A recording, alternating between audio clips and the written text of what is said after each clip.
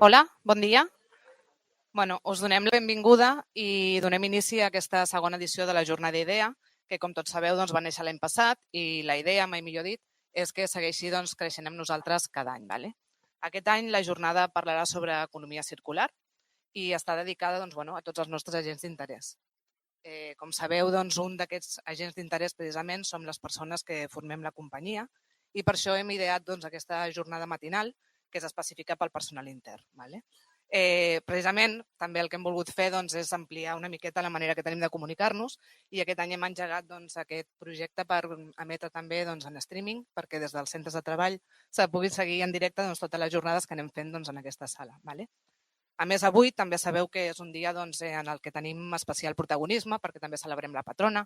Llavors, aquesta tarda sabeu que ens ajuntem tots, que fem una mica de reconeixement a l'esforç i al talent de les persones que estem, i després fem un sopar tots junts. Durant la jornada sentireu parlar de diversos projectes que Matsa té en relació a l'economia circular i també a la innovació, perquè al final la idea amb la que va néixer aquesta jornada és al voltant de la innovació. I després hi haurà un torn de preguntes abans de la pausa i al final de la jornada, durant el qual podreu fer aquelles preguntes que vulgueu. I la gent que està en streaming que faci les consultes a través dels seus responsables d'àrea que ens les traslladaran. Ara, esperem que la jornada sigui del vostre interès i us passo amb el Jordi, que serà el conductor de la jornada d'avui i qui anirà introduint els ponents i les seves intervencions. Moltes gràcies. Bé, molt bon dia a tothom. Els que esteu aquí, els que esteu al laboratori, els que esteu a la depuradora.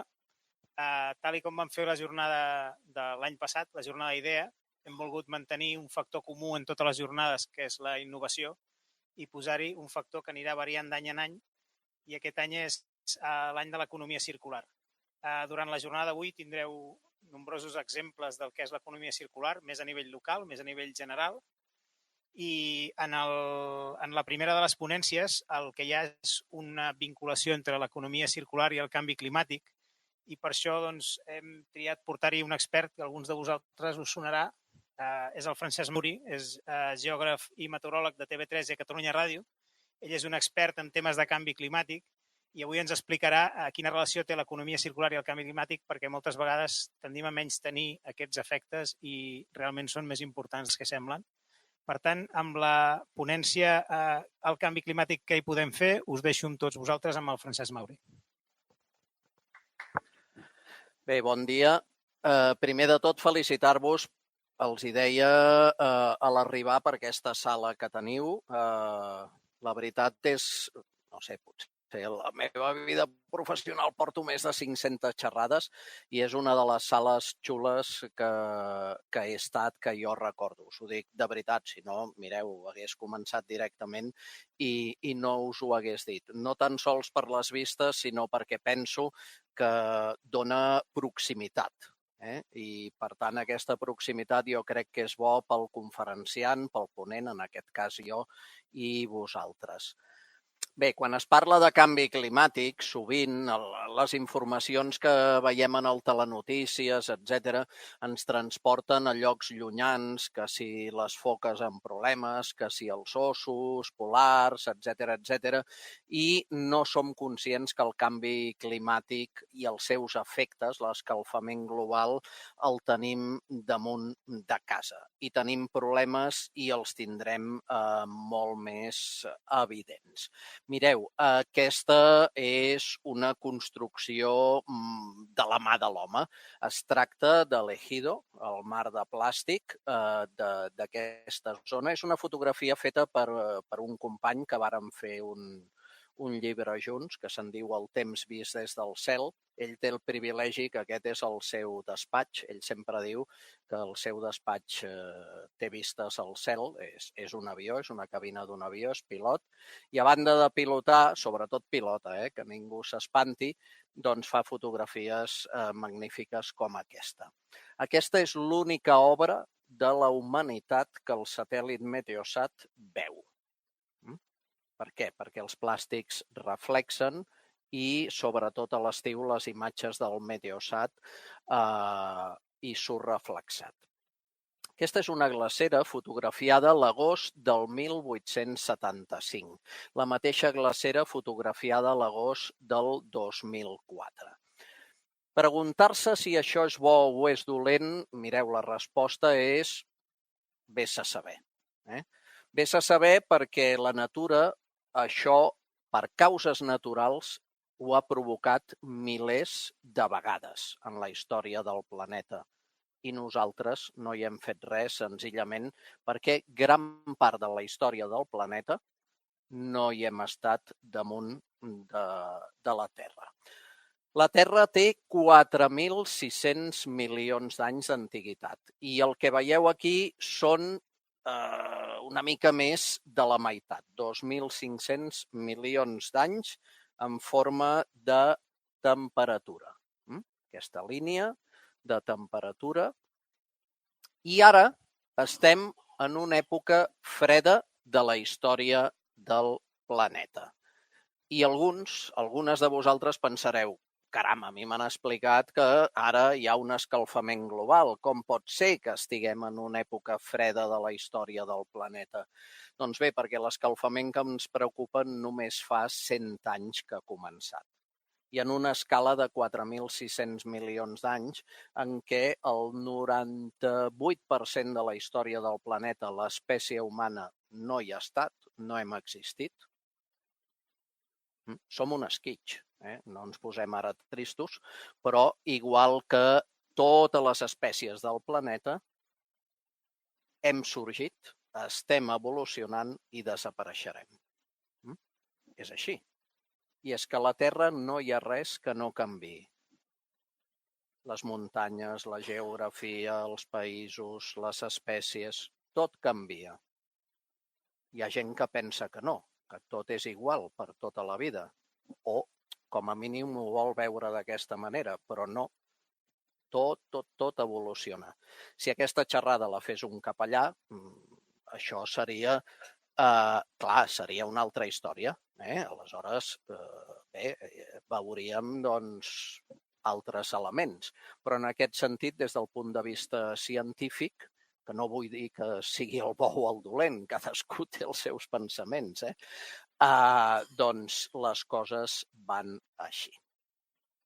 Jo ara us explico 3 causes de variació natural en el clima, perquè aquí hi ha el quid de la qüestió.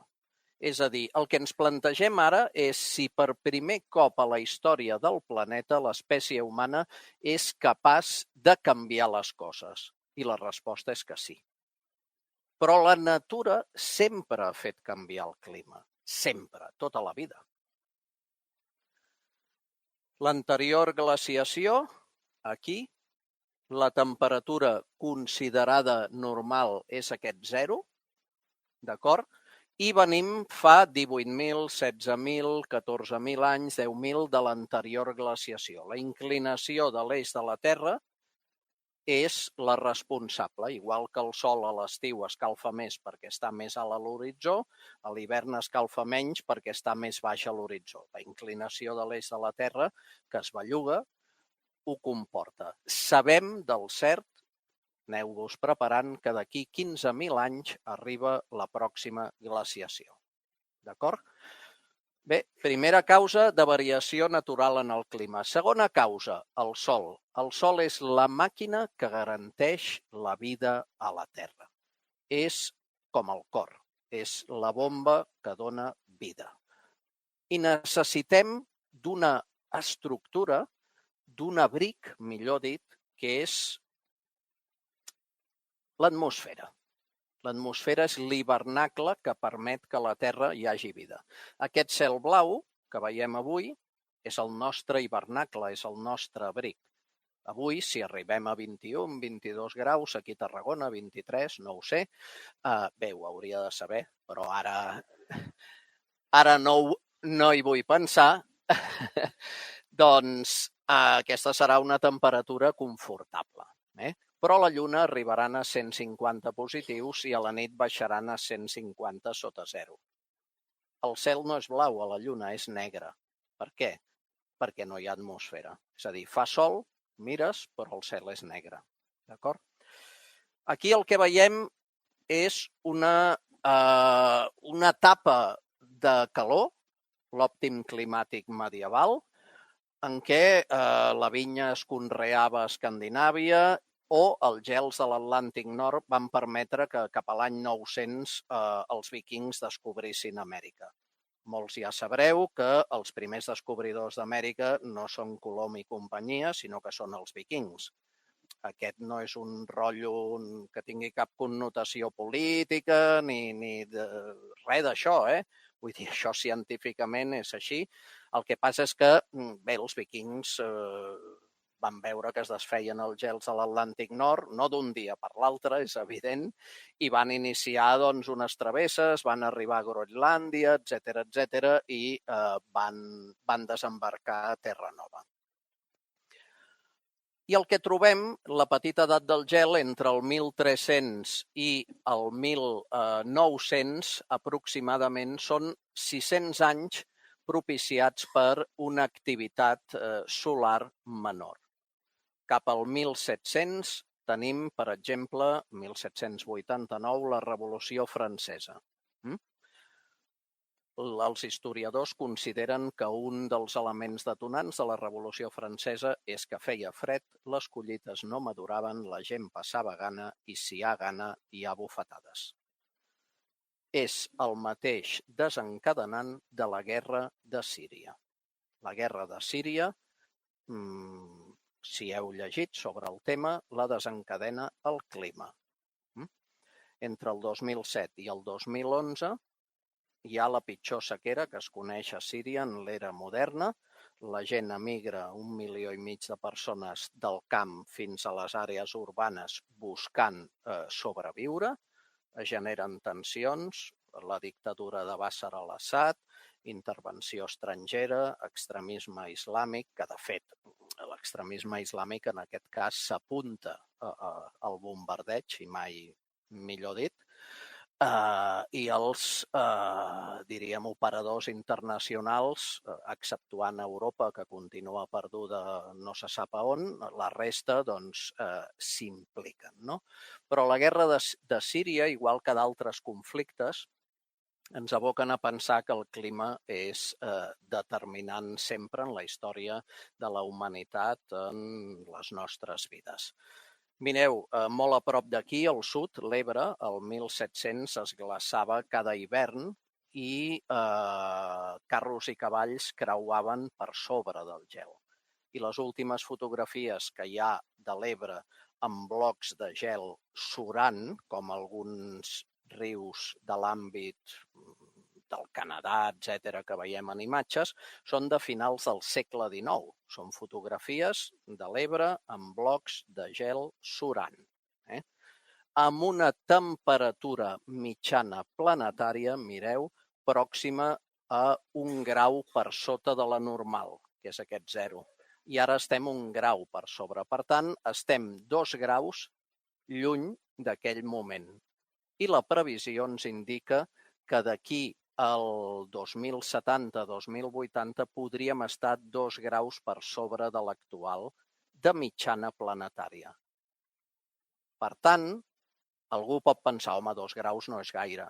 Home, si us dic que l'Ebre es glaçava a Tortosa cada hivern amb 2 graus menys de mitjana planetària, 2 graus més vol dir que Tarragona tindrà les condicions d'Almeria, Múrcia o Alacant en 50 anys. Això és així. Això no ho trobareu al Sálvame, al Cuore, al Que me dices, però són, en aquest sentit, dades científiques. I tercera causa de variació natural en el clima, l'activitat volcànica.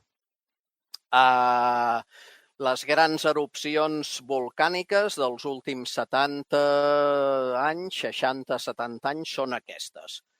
En teniu en ment d'altres, les heu vist al telenotícies, etc. Totes les que heu vist, perdó, són una merdeta. Les del volcà aquell islandès, impronunciable, de 21 o 22 lletres, etc. Tot allò sí, va bloquejar aeroports d'Europa, etc. Per tant, ens va tocar de prop, però aquests són els grans volcans. Jo el record que tinc, evidentment, és el del Pinatubo, a principis dels 90, i aquest va ser 1000 vegades superior al d'aquest està a Indonèsia, 1000 vegades superior a l'islandès. Quan els volcans entren en erupció, injecten gran quantitat de pols, aquesta pols és filtrada, els ratxos de sol que arriben a la Terra són filtrats per la pols i atenuen la radiació solar que rebem i la temperatura baixa. Aquesta és l'evolució de la temperatura planetària, dos grans pujades, una a principi del segle XX i una altra a la segona meitat del segle XX, a finals del segle XX, amb una baixada transitòria als 50, 60, 70. Jo només tinc el record dels 70, però potser de la gent més gran que esteu aquí a la sala o en alguns casos els vostres pares i mares, allò de abans feia més fred, és cert, abans feia més fred, però abans també passàvem més fred. La climatització, els llocs de feina, les cases, les condicions de vida. Jo recordo anar a l'escola al centre de Barcelona abrigat i amb guants i amb un gorro i fer les classes a l'hivern d'això i suspendre alguns dies les classes a l'escola on anava perquè feia molt fred. I això avui en dia és impensable. I us estic parlant dels anys 70. Per tant, no està tan lluny. A partir d'aquí, a Catalunya les coses no han estat diferents tampoc al planeta, amb alguna excepció, algun any. I en el cas, per exemple, d'un observatori de referència, ja sé que no és Tarragona, però Tarragona o Reus que ningú se m'enfadi, Tarragona o Reus no hi ha una sèrie tan sòlida, històrica i perfecta com la de l'Observatori de l'Ebre. Fixeu-vos que en tots els casos la mitjana anual tendeix escandalosament a l'augment, la precipitació anual tendeix a mantenir-se, com en el clima mediterrani, força contrastada d'un any a un altre, anys plujosos o anys per sota.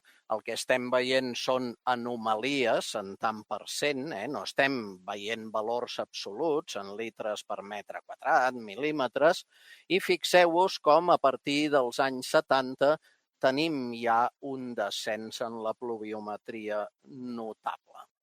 I un altre element, diríem, preocupant és que cada vegada tenim més hores de sol.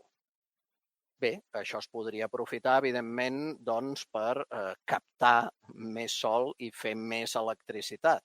Una dada, als terrats de Brussel·les, el 2017 es van instal·lar més plaques solars que a tot Espanya, el 2017, només a la ciutat de Brussel·les. I que a mi em consti, Brussel·les no té les hores d'insolació que tenim nosaltres. Bé, el que també s'està observant és, a partir del 1950, una tendència a molts observatoris a la irregularitat, a ploure pitjor, a ploure més mal repartit. Una dada, a Londres hi plou menys que a Barcelona ciutat, al cap de l'any. D'acord? I està a 100 litres per metre quadrat de la ciutat de Tarragona, Londres. A Londres hi cauen 575 litres per metre quadrat i any de mitjana, aquí 475. Però a Londres ho fa en 130 dies i aquí ho fa en 50 i escaig, o 60. Per tant, ploure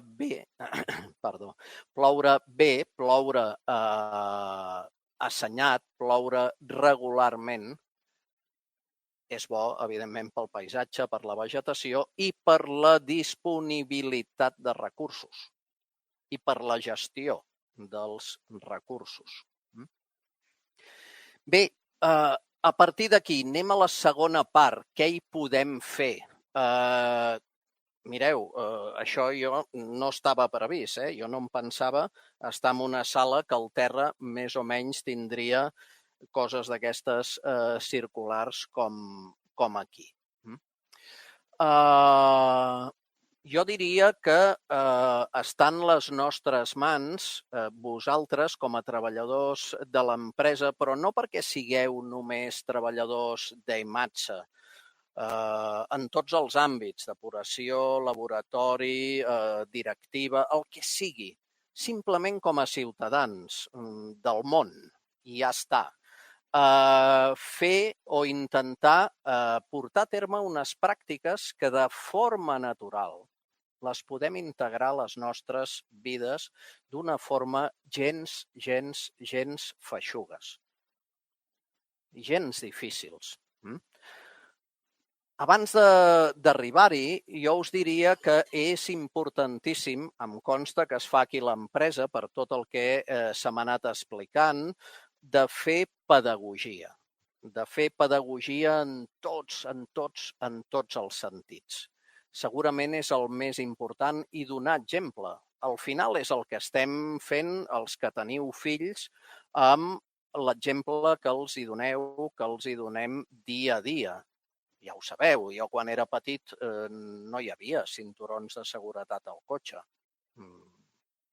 Bé, sí que hi eren, com a mínim els seients de davant. No hi havia retrovisors als costats, això sí que és així. I no et posaves. I al meu tiet li agradava molt córrer i tenia un 1430 i jo recordo venir a estrenar l'autopista de Tarragona fins al Vendrell, que llavors moria el Vendrell. Jo recordo els anys 70 i la vam estrenar a 210. I el nebot, al mig, jo recordo entre els dos seients, tiet, sí que corre, Oh, quina autopista! Abans eren carreteres i ara és una autopista. Bueno, al final,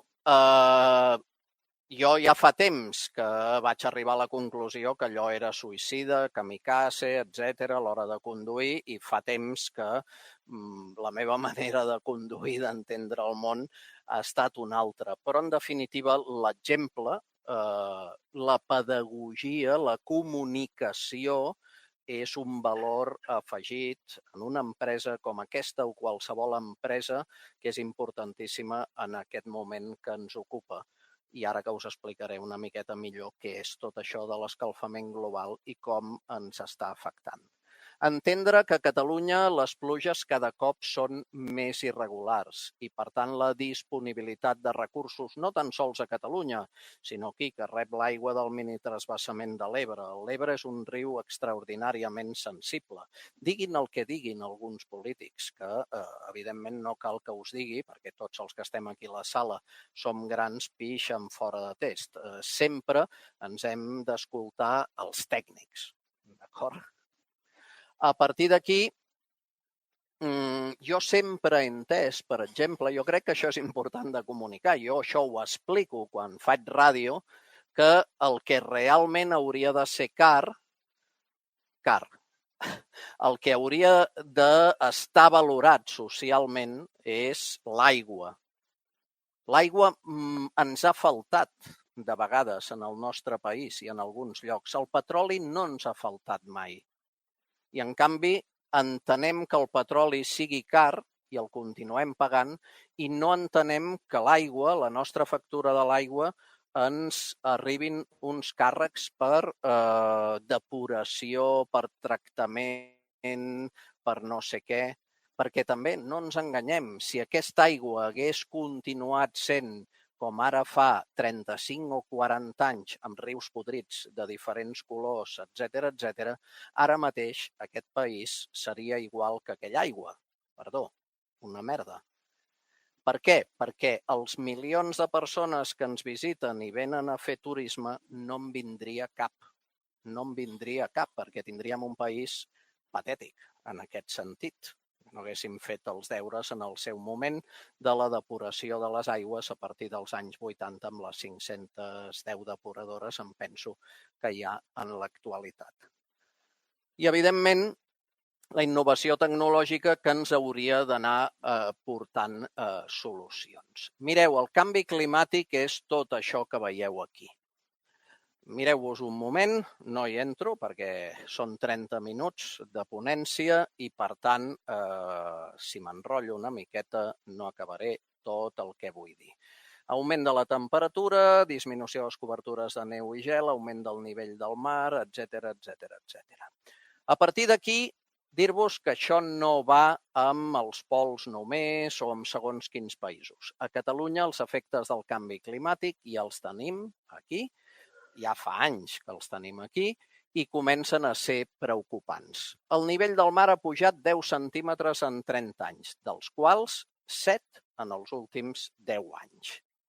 Cada 10 centímetres que puja al mar són 10 metres de penetració terra endins de l'aigua. Es calcula que d'aquí 50 anys l'aeroport de Barcelona estarà afectat. I hi ha una administració que el vol ampliar de 50 milions de passatgers que ara té a 70. Dius, home, no. Fem un segon aeroport, no? Potser a Manresa, Igualada.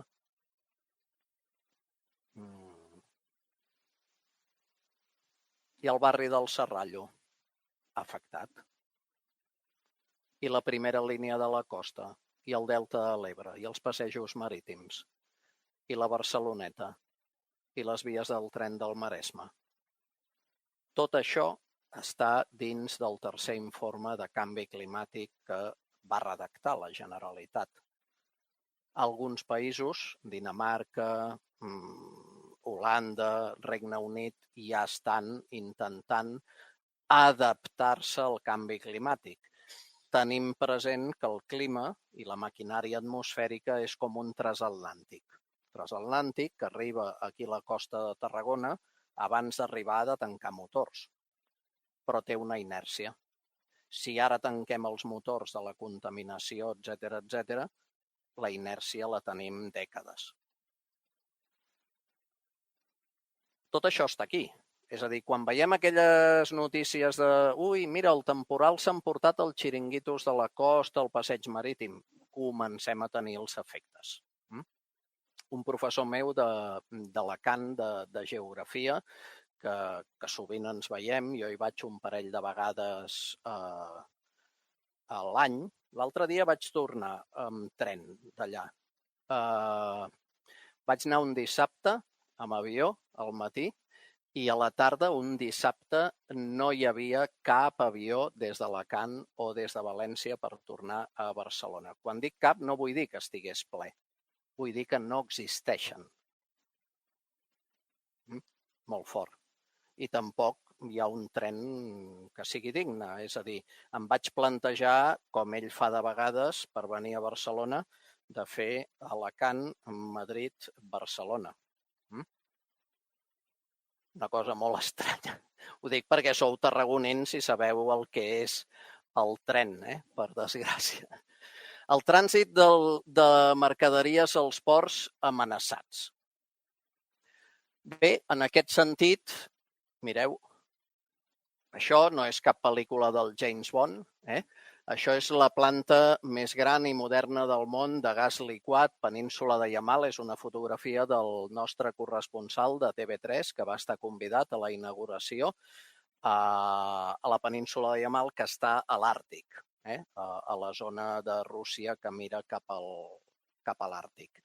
Bé, el 2017 el primer vaixell en ple hivern amb gas va fer una ruta, el primer vaixell a la història, a ple hivern, sense ser trencagels, que va anar de Seül cap a França. Doncs bé, la ruta àrtica del nord realment és cada vegada més protagonista i és possible que el Mediterrani occidental tingui problemes en les pròximes dècades pel que fa a logística. Els xinesos estan apostant molt per la ruta de la seda, que en diuen, el Pireu, Grècia, per portar mercaderies i competir amb la ruta àrtica del nord que Putin vol obrir. Tot això tot això és canvi climàtic. I tot això que veieu aquí. Bé, en aquest sentit, què hi podem fer nosaltres com a treballadors de Matsa, però sobretot com a ciutadans? Doncs mireu, totes aquestes coses. Començo per l'energia verda. Això jo ahir ho vaig comentar al Telenotícies migdia. Una tonteria grandiosa. Demà, a les 8 del matí, truqueu a la vostra comercialitzadora elèctrica, això vol dir la que posa a la factura, i demaneu, mireu quin tipus d'energia us està servint. D'acord? Sigui la que sigui, hauria de ser A. És a dir, que en origen l'han fabricat neta. Els teus quilowatts els han fabricat de forma neta. Truqueu i demaneu que voleu energia A. Us l'han de servir. No us costarà més diners. Ja està. Esteu forçant el sistema elèctric espanyol a que es preocupin de fabricar quilowatts verds, generats amb hidràulica, amb eòlica, amb solar, etc. És la nostra força. I si no us ho serveixen, hi ha una pila de comercialitzadores que són verdes, 100%, podeu trucar i fer-ho. Reciclatge, estalvi d'aigua, aïllaments a la vivenda. Aïllar un pis de 80 metres quadrats són 8 hores de feina sense treure cap moble, 800 euros, i baixareu un 40% el consum d'aire condicionat i de calefacció. Venen, injecten cel·lulosa a les parets i tindreu l'hivernacle del planeta posat al vostre pis. Pròxim Nadal no apareixeu per casa amb un televisor pantalla plana de 800 euros. Apareixeu amb un pressupost de 800 euros d'aïllament i cada mes començareu a estalviar. Mobilitat. He vist que aquí teniu vehicles elèctrics, punts de càrrega, etc. No tot passa pels vehicles elèctrics, evidentment, com no pot ser d'una altra manera. Jo ara per Barcelona i els meus desplaçaments ja tinc una bici elèctrica, jo soc poc esportista i a més, depèn com vas, si has de suar, i depèn de l'època, la bici elèctrica et permet no suar i anar fantàstic, i ajustes el pedalat i tot això, la porto plegada al maleter del cotxe, en el meu cas també és elèctric des de fa 4 anys, però avui, per exemple, he vingut amb el tren. Mentalment em va millor, vaig més còmode, més confortable, etc. Bueno, no ha suposat un gran trasbals. Això és quan jo als anys 80 em vaig treure el carnet i ho practicàvem. Evidentment, les ciutats han de ser això i hem d'apostar perquè la nostra ciutat, Reus, Tarragona, Cambrils, la que sigui pels vianants, per les persones, perquè al final tots som persones. I això us ho diu una persona que fa 40.000 quilòmetres a l'any, perquè haureu pensat, hòstia, la bicicleta, el tren, aquest no deu agafar mai el cotxe, doncs no. Amb el meu cotxe elèctric jo faig 40.000 quilòmetres a l'any. Per tant, us ho diu una persona que porto el seient del cotxe pràcticament gravat a la meva esquena i al meu cul. Energies renovables, el futur passa per aquí perquè no oblidem que els gasos d'efecte hivernacle han sortit de la crema de petroli, de gas, de llenya i de carbó. La llenya no es considera, però, que afecti, perquè la llenya ha estat, aquests arbres que tenim, respirant CO2 i després, si els tallem, el balanç es considera neutre. Generació elèctrica a l'estat espanyol, eòlica i nuclear ara mateix és el pes principal, per tant l'eòlica comença a tenir un paper important i el que us deia, en la nostra vida diària, no com a treballadors tan sols de Matsa, sinó com a ciutadans, practicar el reciclatge, aïllar casa nostra, triar les energies, triar la companyia que ens abasteix, etc.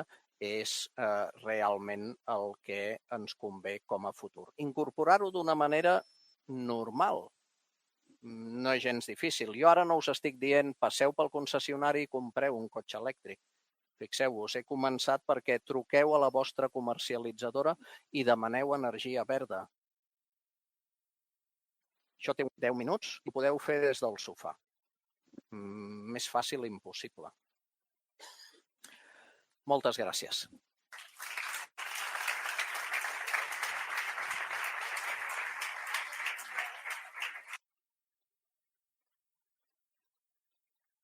Gràcies. La veritat és que ha estat una ponència molt il·lustradora i jo per presentar el nostre següent convidat agafaria per enllaçar-ho el concepte que ha dit en Francesc de que no sempre plou com ens agradaria, no? I que la pluja a vegades no és un tema de quantitat sinó de la manera com cau.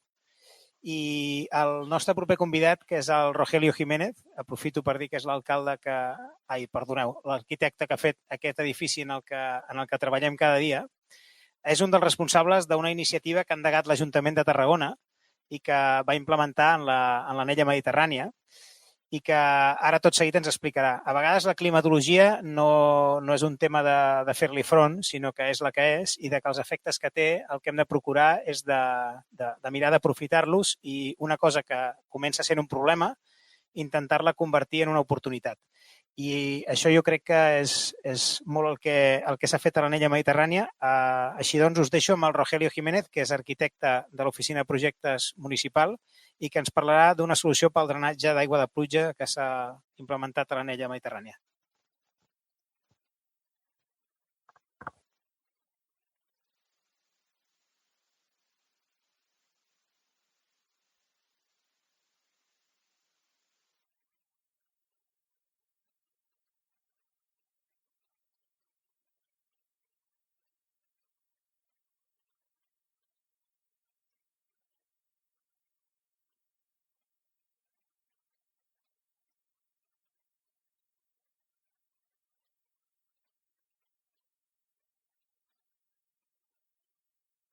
Per dir-vos que després tindrem un torn de preguntes, que no l'hem fet entremig d'un i altre per no perdre més temps del necessari.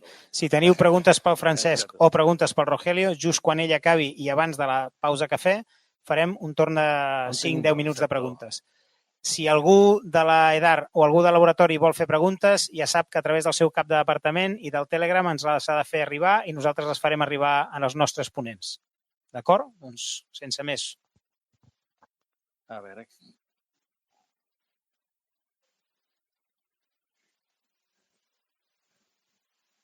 A veure com tenim això... Ara. Bueno, ja després d'aquesta presentació tan extraordinària que ens han fet, únicament demaneu-vos disculpes a tots per les particularitats d'aquest edifici. No? Ja sé que no està tot perfecte i fa temps que es va fer i sí, el que he d'agrair molt és que l'esforç que es feu entre tots en conservar-ho d'aquesta manera tan extraordinària que està. No? El proper el podrem fer segurament millor, però sí us he de dir que té curiositat i quan vam anar recentment, que vam estar a Frankfurt presentant aquest edifici dintre d'unes ponències que es feien de la vivenda passiva, precisament va ser molt interessant per veure que aquests estàndards, diguéssim, que tenen a Europa del Nord de consum zero en base a uns sistemes d'aïllament supercomplicats i costosos i tal, no es poden traspassar directament a la nostra climatologia que, afortunadament, ens permet fer coses molt més obertes i tal, que també tenen sens sostenibles, també tenen una contraprestació que és d'estar sempre molt més relacionats amb l'exterior que no tancats amb una vivenda nevera, que és en definitiva el que el Passive House ens està portant. Però anem ara, en cas, a explicar el que tenim aquí, del que vam poder fer a l'anella amb aquesta idea. Jo, després d'aquesta presentació que ens ha fet tant de professor, dono per sabudes moltes coses, no vindrem aquí a parlar de la sostenibilitat, i això són pantalles que ja tenim passades, ja sabem el que hem de fer.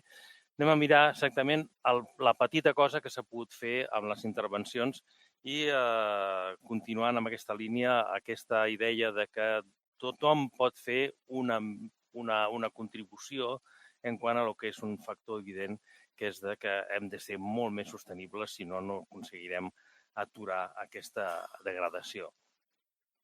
A veure, això. Bàsicament, l'objectiu el tenim molt clar, quin és el que és, ja ho ha explicat a Mauri perfectament.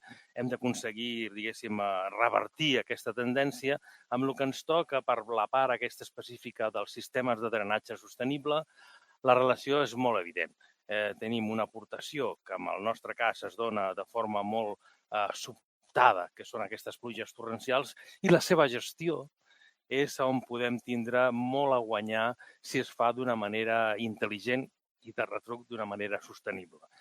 Que tenim, bàsicament tenim a l'entorn natural, el sistema de drenatge sostenible ja és, l'entorn natural és sostenible per si mateix. Els problemes ens arriben realment amb el moment de la, diguéssim, de la intervenció humana, de la antropització de les zones, quan tenim que aquella escorrentia que teníem de forma natural que baixava per la muntanya cap als rius i per incorporar-se al mar, doncs queda interrompuda per les actuacions humanes i aquella aigua neta que tornava neta d'alguna manera a incorporar-se al fons únic d'aigua, que és el que tenim, doncs ja surt una aigua bruta, sense tractar, contaminada, etc etc. Què és el que fa els sistemes de drenatge sostenible? Això. Exacte. Doncs el que fa és mirar de revertir aquest procés. I això com es fa? Doncs d'una manera molt rupestre, molt elemental, que és a dir, tenim els elements que han de permetre que torni a infiltrar cap al freàtic aquesta aigua de pluja torrencial. Això es fa a través dels elements, com veiem a la part de dalt, de cunetes verdes, petits elements de laminació que permeten aquesta infiltració. Hi ha elements en zones ja molt més, diguéssim, que no és el cas d'aquí de l'anella mediterrània, sinó que seria el cas, per exemple, de Barcelona, en zones molt més urbanitzades, amb la que hem d'anar a elements de recursos més sòlids i més costosos, com són els depòsits de tormenta, etc. I després, una part que nosaltres no hem arribat a fer a l'anella, encara que ho vam intentar, això us ho puc garantir que ho vam intentar, que és que introduir el verd a les cobertes. La ciutat, i especialment les ciutats, és una evidència. Aquest famós dita que d'aquí a 20 anys el 80% de la població del planeta viurà en ciutats. És una de les assignatures que tenim d'introduir el verd dintre de les ciutats i això passa, efectivament, per treballar aquestes cobertes, introduint elements de verd, perquè el que és evident és que la famosa cessió del 20% de zona verdes cada vegada que s'urbanitza una àrea no és suficient. Mirem les ciutats i no hi ha prou verd. O sigui que això no està funcionant, s'ha d'anar molt més enllà, ser molt més actiu en aquesta direcció. Però tornant a el que ens interessa, que és el nostre cas a l'anella. El que allà teníem és la possibilitat d'utilitzar 3 mecanismes molt elementals, que és el que hem vist una mica abans, no? Que són el tema dels pous drenants. Allà el que es va fer dintre de l'àrea molt gran, són de l'ordre de gairebé 20 hectàrees les que es van tocar allà. Llavors el que es va fer serà al voltant, jo recordo que entre 55 i 60 perforacions per determinar quins eren els millors indrets amb més capacitat filtrant.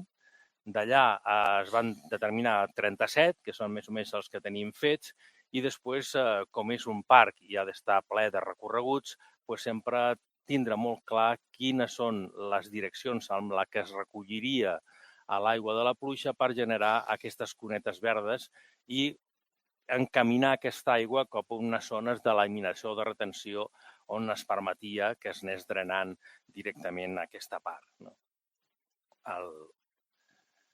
Aquest és el plànol general de l'anella. Com veieu, tots aquests camins estan bordejats amb aquestes cunetes i hi ha aquestes taques verdes que són els punts d'infiltració on es recull l'aigua que no ha pogut filtrar a través de les cunetes, té aquests puestos que tenen una permeabilitat més acusada que els hi permet retornar aquesta aigua cap al freàtic. Evidentment, dintre de l'anella no deixa de ser un lloc on havia d'haver un suport a tota una sèrie d'activitats esportives i la urbanització no és 100% verda. Hi ha molta part, diguéssim, on s'havien de recollir activitats, etc, que havia d'estar pavimentada, amb la qual aquesta línia vermella que veiem al mig és la Gran Avinguda, que també s'ha incorporat dintre del que és l'enjardinament el que es pogués donar, diguéssim, tota una sèrie de pous filtrants que són els que recullen l'aigua de la mateixa zona impermeable de l'avinguda. Tenim aquests són uns esquemes de pous drenants. Com veieu, és únicament generar un contenidor que pugui retenir l'aigua. Aquesta s'ha fet amb grades. Les graves són uns elements, diguéssim, graves d'un tamany de 7-8 centímetres, unes graves importants, que són les que permet que recollir aquesta aigua. La part de dalt són graves més frimetes. Aquí sempre tenim un problema quan hi ha temes de públic i aquestes coses en què no podem deixar elements que puguin assimilar-se amb una llamborda, perquè de seguida imaginen que es farà una barricada i la gent llançarà les llambordes contra la policia, etc i s'ha de, al final, acabar donant unes gravetes fines, però que sapigueu que sota les gravetes fines, si algun dia el necessiteu, estan les pedres grans, que aquestes sí que es poden llançar. Els elements de retenció són elements molt simples, estan posats on hi ha el punt més favorable per administrar l'aigua, perquè l'aigua torni al freàtic, i el que sí tenen, estem en un entorn urbà, el que sí tenen són uns elements de seguretat, que és a dir, una vegada que això arriba al seu límit màxim de capacitat, que no vessi d'una manera descontrolada, sinó que tenen aquests elements que, amb aquests sobregidors, que tornarien a adreçar aquest sobrant d'aigua una vegada que hem arribat a la seva màxima capacitat cap als sistemes més convencionals de col·lectors. Beneficis, escolta, i després de tot el que ha dit el Mauri, poc puc afegir. És evident que gestionar aquesta aigua, tornar al freàtic l'aigua que ens cau i que d'alguna manera no hem permès perquè hem manipulat el terreny que sigui absorbida per al terreny, tornar-la és un element que és evident que és de lògica que es pugui fer. I aquí veiem, per exemple, un d'aquests bassals que després d'una pluja tenen aquest aspecte. En un dia i mig, 2 dies com a màxim, això ja ha estat absorbit una vegada per al terreny i ha quedat preparat per la propera. Això és perquè fes una idea de la quantitat d'alteració del medi natural que es va arribar a fer, amb la qual introduir aquests elements era bàsicament una obligació. No podíem pensar que actuarem sobre 20 hectàrees i no seríem responsables del que estem fent respecte a les condicions que tenia aquest terreny originalment.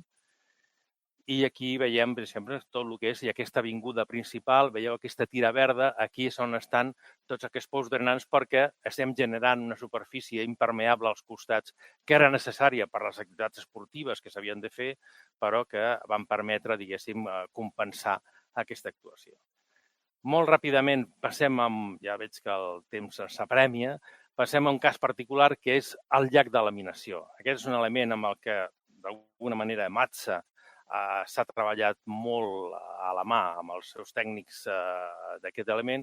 I heu d'entendre, aquesta part que veieu blanca a dalt és tota l'àrea del PP10, és el famós polígon d'IKEA. Aquí són, a part del futur IKEA o el centre comercial que ha comprat aquest solar recentment, al costat hi ha un desenvolupament de 1.200 vivendes i tot això genera una quantitat d'aigua amb el moment d'episodis de pluja torrencial molt, molt important i amb el moment que es va fer conjuntament va ser, diguéssim, aquest llac el que ens havia de servir com un element molt potent de laminació per recollir aquella escorrentia.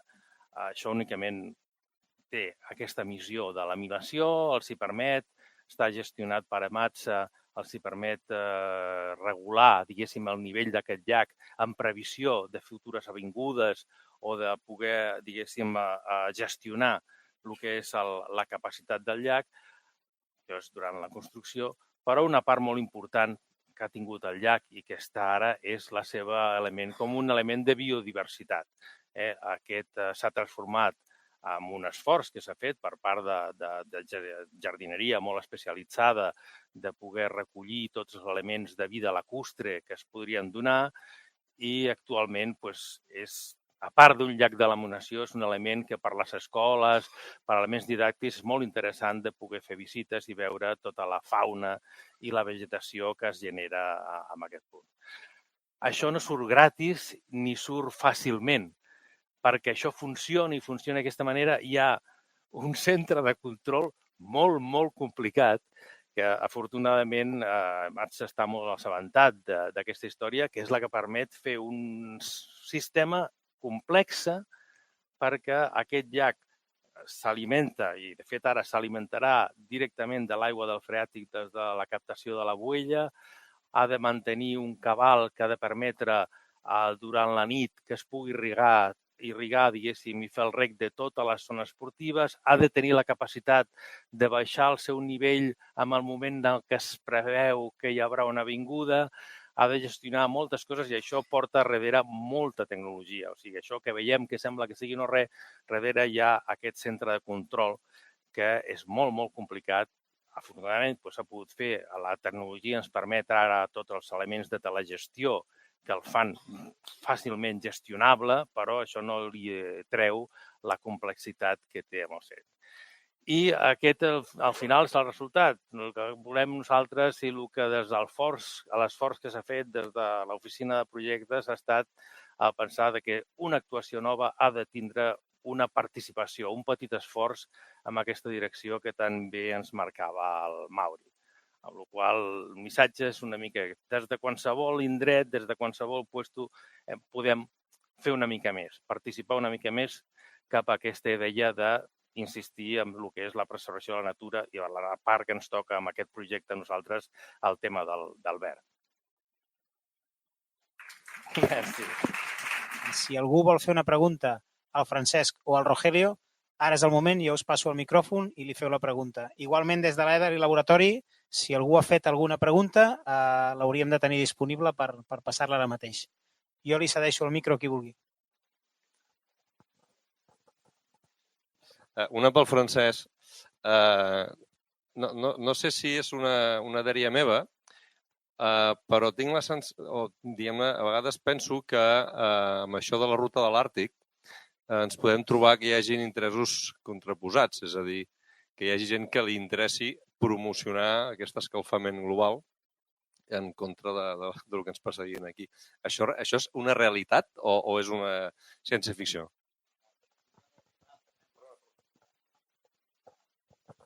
Això és una realitat. En aquest planeta, els calés i algun altre element que no comento mouen moltes coses, d'acord? Moltes. I el senyor Putin, en aquest sentit, és un senyor que funciona per aquests elements. El senyor Putin, l'única cosa positiva que ens queda és que frega els 70 anys.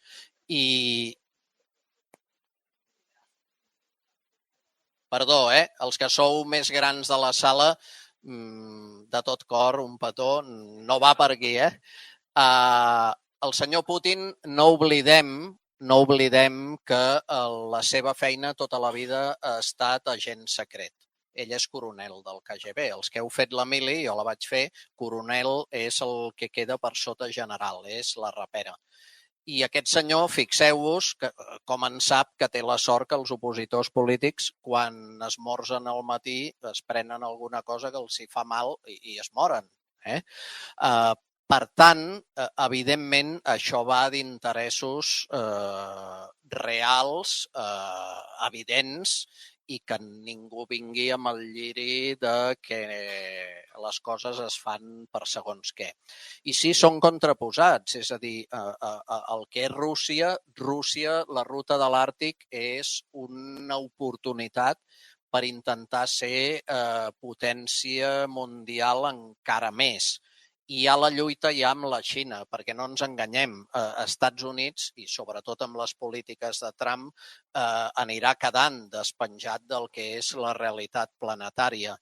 I la Xina, com que coneix molt bé el tema de la ruta àrtica i la ruta del nord, que són 13 dies menys fins als ports de referència d'Europa, que són Hamburg i Rotterdam, doncs la Xina ha obert aquesta ruta pel canal de Suez cap al Pireu i per injectar totes les mercaderies directes entre Europa, reduint la volta pel Mediterrani, Algesires, Gibraltar i remuntant per la costa atlàntica europea.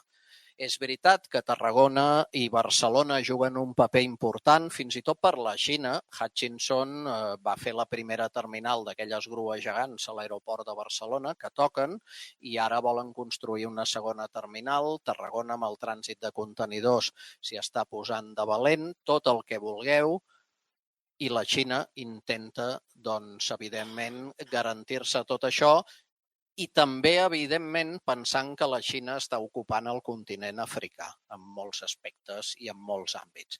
Per tant, escalfament global, canvi climàtic, va en relació a la geoestratègia mundial d'una manera molt clara. Em direu, home, amb aquests granets de sorra de les càpsules de cafè, tot això, què hi podem fer? Bé, el consumidor europeu jo confio que continuï sent una miqueta un mirall per molts països i per molts en la manera de fer i, en definitiva, és una miqueta el que ens queda.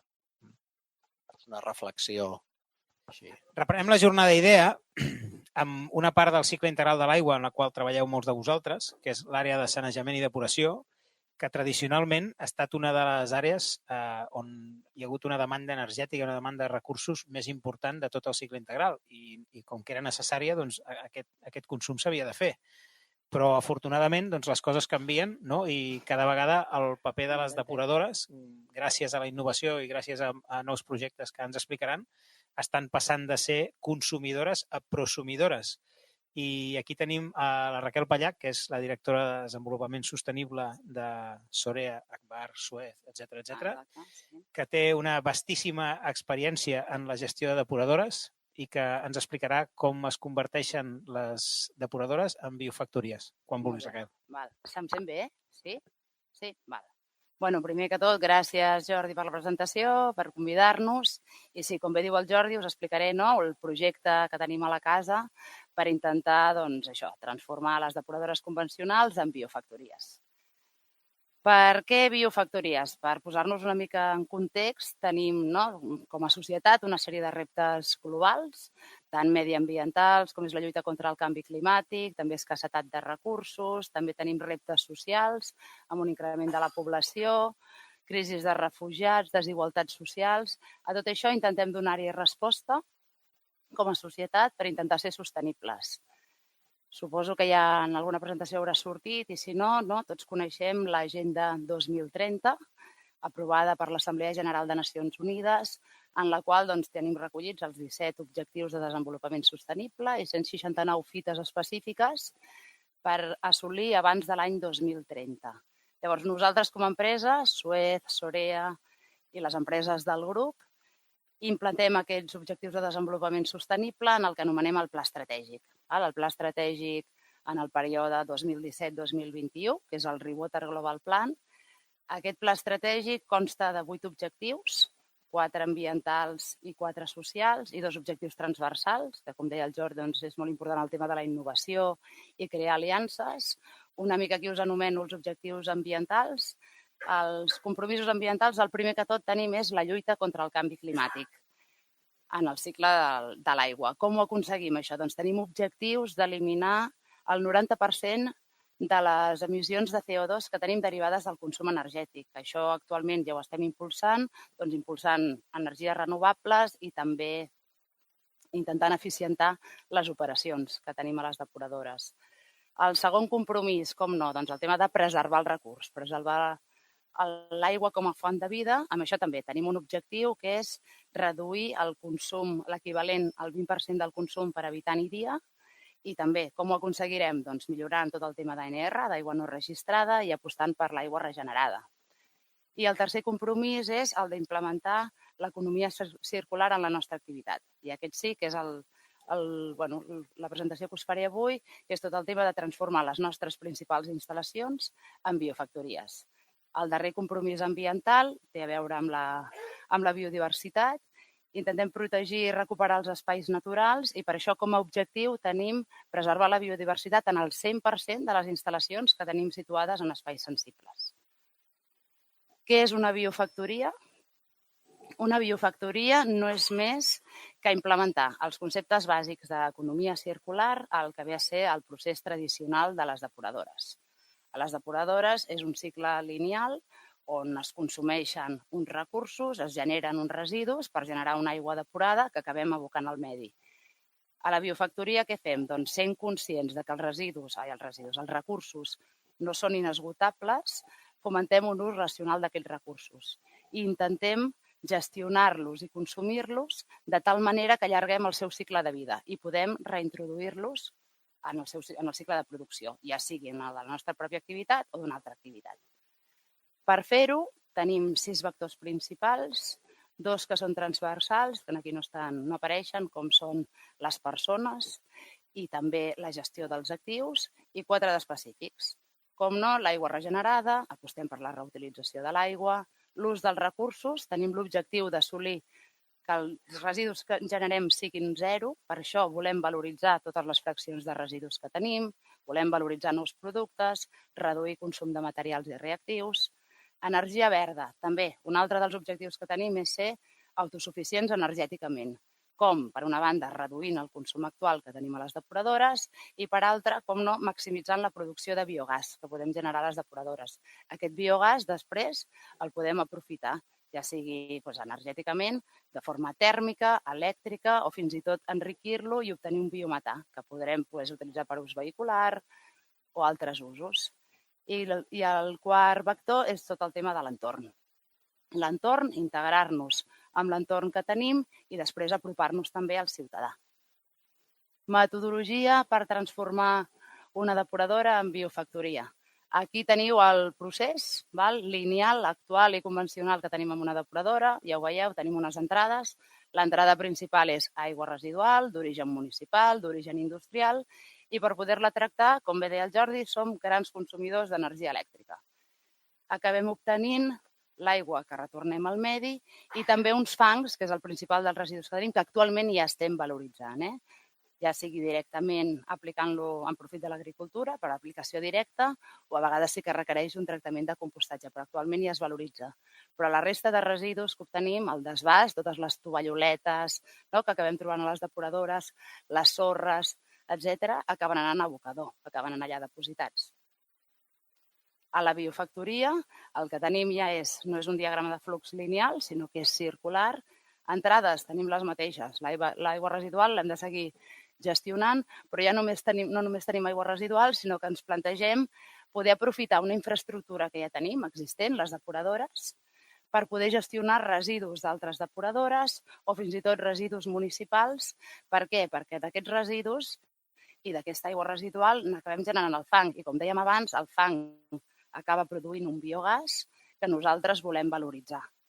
A més, llavors, els residus també els acabarem valoritzant, intentant que el destí no sigui l'abocador, i el que deia, del biogàs no tindrem energia que per una banda podrem autoconsumir o si no, donar-li altres usos.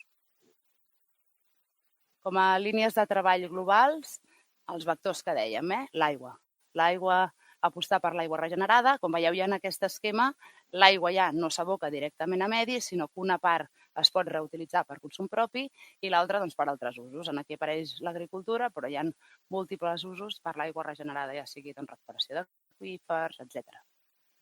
En el vector residu, el que dèiem, intentar assolir el residu zero, intentar valoritzar materialment els residus en productes. Això és factible. Volem millorar la qualitat també del nostre fang, generar-ne menys quantitat. Les sorres, també, poder-les utilitzar per altres cicles de producció. Recuperar també tot el tema de nutrients, nitrogen, fòsfor. Tot això avui en dia ja és possible. Energia verda, altra vegada, també el que se'n diu valoritzar energèticament els residus. També, el que dèiem, sobretot a les depuradores ho tenim bé perquè del fang generem aquest biogàs i aquest biogàs fàcilment és valoritzable. Que ho fem energèticament, podrem aprofitar-ho per autoconsumir i així l'entrada d'energia exterior serà menor o fins i tot inexistent i fins i tot ens podem convertir en productors nets i exportar energia a la xarxa. I per últim, el tema d'integració amb l'entorn. També aconseguir, per una banda, l'impacte negatiu que podem estar produint ara nosaltres en les nostres instal·lacions, com poden ser tema d'olors, sorolls, doncs minimitzar-ho, i per altra banda també promoure iniciatives que tinguin un impacte positiu. És el que nosaltres anomenem naturalitzar les instal·lacions i passar de tenir unes infraestructures grises a infraestructures verdes. Com a línies de treball específiques, tenim aquesta matriu on tenim identificades més de 50 iniciatives dins de cadascun dels vectors per poder aplicar i llavors, clar, vull dir, no totes són aplicables a totes les depuradores. I llavors tenim un model de priorització que ens permet identificar quines són les iniciatives i projectes més rellevants a desenvolupar en cadascuna de les depuradores. Aquest model de priorització no es basa només en un tema tècnic o econòmic, sinó que també té en compte impactes socials i mediambientals. I és el que ens ha de servir de full de ruta per assolir la transformació de depuradora cap a biofactoria. Aquí us explico algunes de les línies que tenim específiques. Dins de l'àmbit de recursos, el primer que us apareix és una plataforma de fangs que ja està implementada ara mateix a les depuradores del Maresme. Aquesta iniciativa en què consisteix? Consisteix en el que us deia, aprofitar una depuradora on tenim un procés de digestió anaeròbia que té capacitat excedentària, agafem i portem fang d'altres depuradores i el digerim. Amb això què aconseguim? Per una banda, generar menys fang, perquè part del fang es converteix en biogàs, per tant, generar molt més biogàs i, a més, un altre avantatge que ens aporta el procés de digestió és que podem canviar el destí del residu, amb la qual cosa, en lloc d'anar, haver de passar per un procés de compostatge, pot anar directament a agricultura. Una altra iniciativa és el tema de valoritzar les sorres. Les sorres de les depuradores hi ha tecnologies actualment que permeten netejar-les. Netejar-les obtenint un contingut de matèria orgànica inferior al 3%, amb la qual cosa el residu ja es considera inert i el podríem utilitzar per al compliment. És més, el catàleg de residus de Catalunya, que es va aprovar a primers d'aquest any, ja contempla una via de gestió per les sorres de les depuradores, que és la d'utilització en substitució de matèries primeres. Per tant, també és una cosa que ja és factible. I amb la que estem treballant ara és amb la valorització del desbast. També existeixen tecnologies de trituració i compactació que ens permeten, per una banda, eliminar moltíssim el contingut d'aigua que té el desbast, les tovalloletes, tot el que trobem a l'entrada de la depuradora, amb la qual cosa ja ens estalviem a l'estar gestionant aquesta aigua amb un abocador i, a més, ara el que estem mirant és aviam si al treure aquesta aigua aconseguim incrementar el poder calorífic del residu i, per tant, podria ser valoritzable energèticament. Estem mirant-ho. Pel que fa al vector energia, les principals iniciatives tenen a veure, per una banda, amb eficientar el procés, el que dèiem, intentar consumir menys. A les depuradores, l'etapa que més consum té és la de l'aireació, quan aportem aire al reactor biològic per degradar la matèria orgànica. Llavors, nosaltres disposem de sistemes de control de l'aireació, que se'n diu, més específics i avançats, com pot ser el programa Cisaltec, per plantes mitjanes grans, i també hi ha desenvolupada el Foods Logic Control, que seria una solució per plantes més petites, aprofitant ja la instrumentació que ja hi ha a les plantes.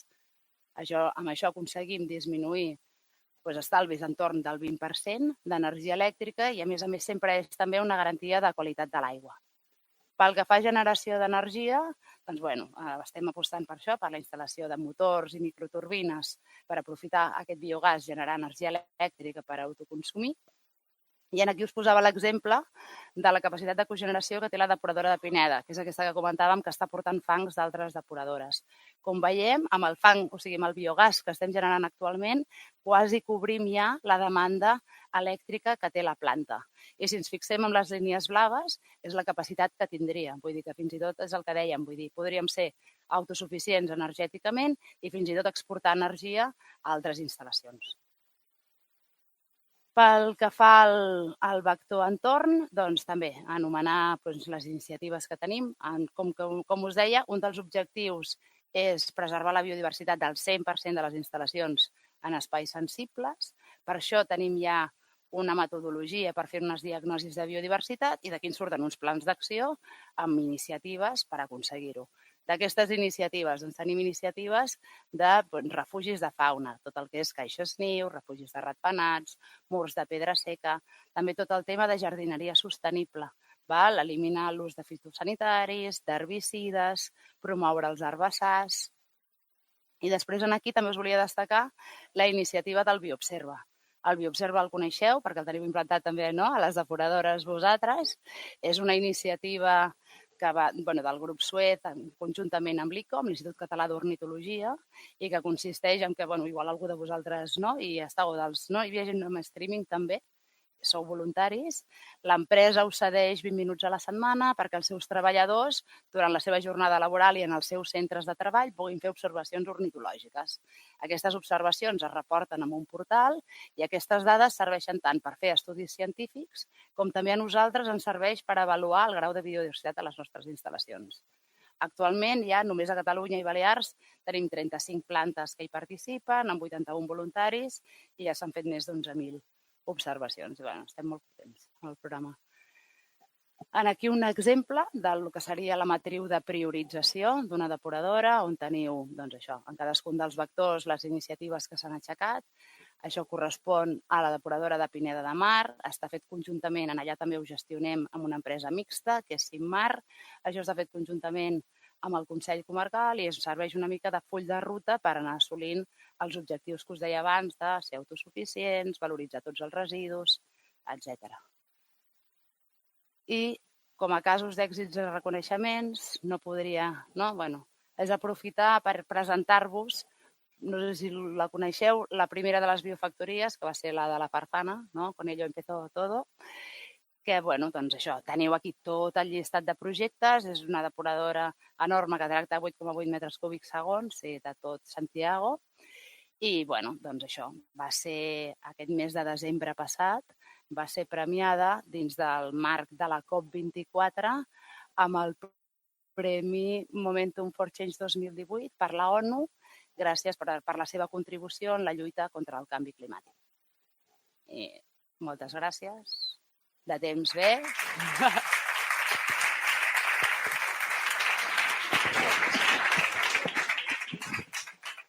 Moltíssimes gràcies, Raquel, per aquesta visió que ens ha portat des de la part del soci privat de la companyia. Veieu que associar-se amb gent potent que fa coses potents, al final acaba portant els seus resultats. Jo no sé si molts de vosaltres sabeu que l'empresa d'aigües, Ematsa, estem certificats amb la ISO 14001 des de l'any 2004. A més, posteriorment hem portat una certificació amb ISO 50001 que va sobre eficiència energètica i a més hem estudiat la petjada de carboni. I de tot això, que pot semblar que són formalismes per tenir un cartell penjat a la paret, n'ha sortit molta informació sobre quins són els nostres impactes ambientals més importants i els requisits que tenim pel que fa al consum energètic, etc. I de tot això, al final, se n'han establert mesures i mesures que van enfocades a aprofitar totes aquestes innovacions i totes aquestes tecnologies per fer que les depuradores i la resta de processos també consumeixin menys energia de la que estaven consumint temps enrere. Per explicar-nos què fa Ematsa en termes d'economia circular, ara que ja hem vist què és tot el que es pot fer, tenim el José Molina, que és company nostre, que ja tots vosaltres el coneixeu, que està a la divisió d'Enginyeria, Projectes i Innovació, i ell ens explicarà 3 dels casos que teniu aquí baix, però que són molt il·lustratius del que està fent Ematsa per l'economia circular. José, cuando quieras. Gràcies, Jordi. M'escolteu bé, tu tots? Sí? Molt bé. Bon dia o bona tarda. Avui, a la meva ponència, explicaré una mica la relació d'Ematsa amb l'economia circular des de, és a dir, l'aplicació de l'economia circular al cicle integral de l'aigua i els projectes que des d'Ematsa s'han posat en marxa per aconseguir una transformació d'una economia lineal cap a una economia circular. Primer, fixarem 4 conceptes que ja hem comentat al llarg d'aquesta jornada respecte a l'economia lineal i l'economia circular. L'economia lineal es basa en l'ús, la utilització dels recursos naturals que una vegada s'han fet servir es llancen com a residu. És a dir, és un model d'extreure, produir, consumir i llançar. Per tant, és un model amb greus o que implica o comporta greus problemes ambientals, com són l'esgotament dels recursos, la contaminació del medi, la pèrdua de biodiversitat i la generació i acumulació de residus. Com hem comentat abans, també la resta de ponents és un model insostenible que ha d'evolucionar cap a un model d'economia circular que permeti la lluita contra el canvi climàtic, la reducció dels residus generats, la reducció i optimització dels recursos, de l'ús dels recursos, sobretot intentant que aquest recurs estigui el màxim o el major temps possible dins del circuit de producció. I tot això dins de la competitivitat i la innovació. Bé, i com fem aquesta transformació d'una economia lineal cap a una economia circular, en el cas del cicle integral de l'aigua? Primer, analitzem tots els processos del cicle per detectar punts de millora. Així, els punts de millora detectats són els consums d'energia, els consums de combustibles fòssils, això a tots els processos pràcticament del cicle i després la generació de residus, sobretot al procés de depuració i a l'abocament al medi dels efluents del procés de depuració i de les aigües de pluja en el procés del sanejament.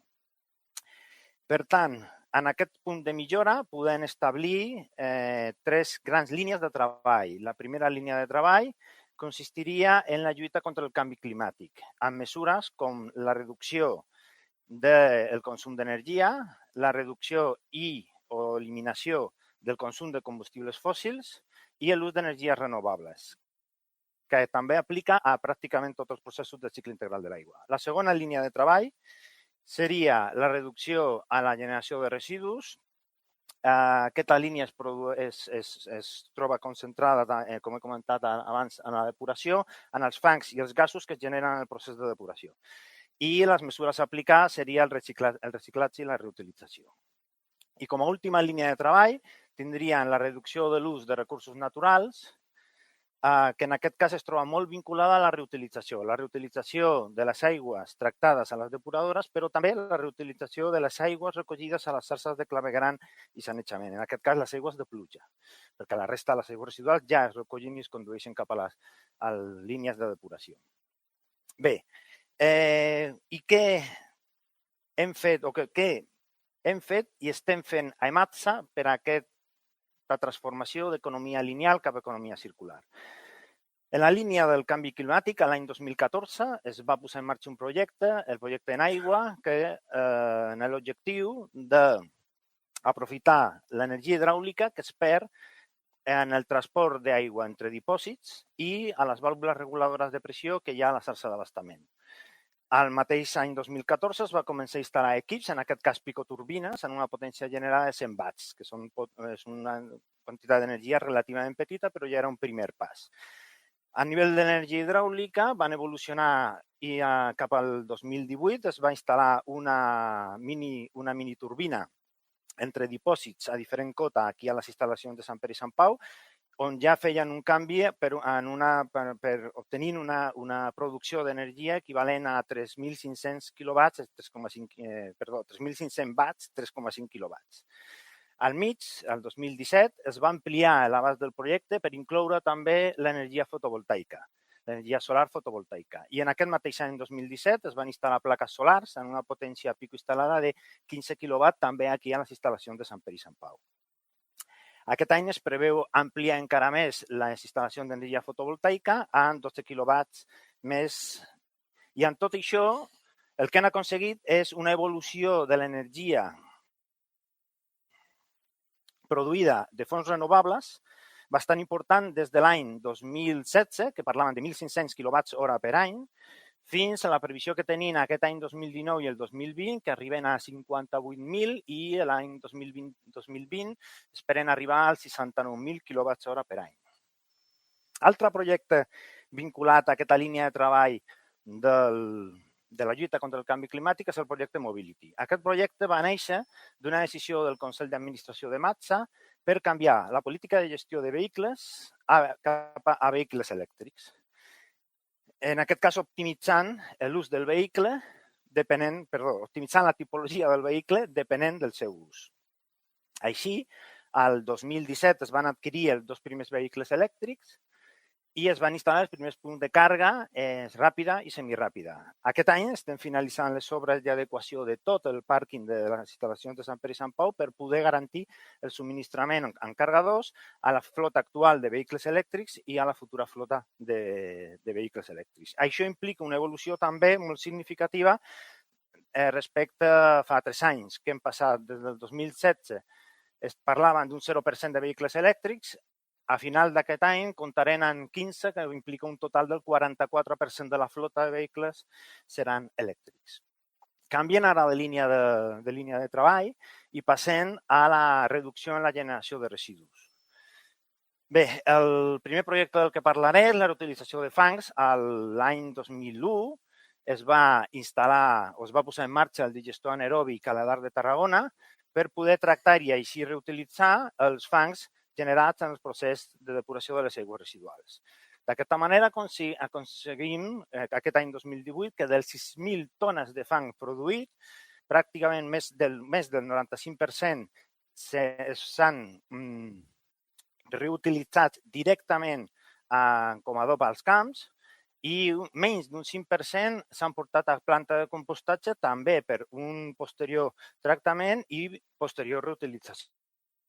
Per tant, parlem que el 100% del fang produït s'ha reutilitzat.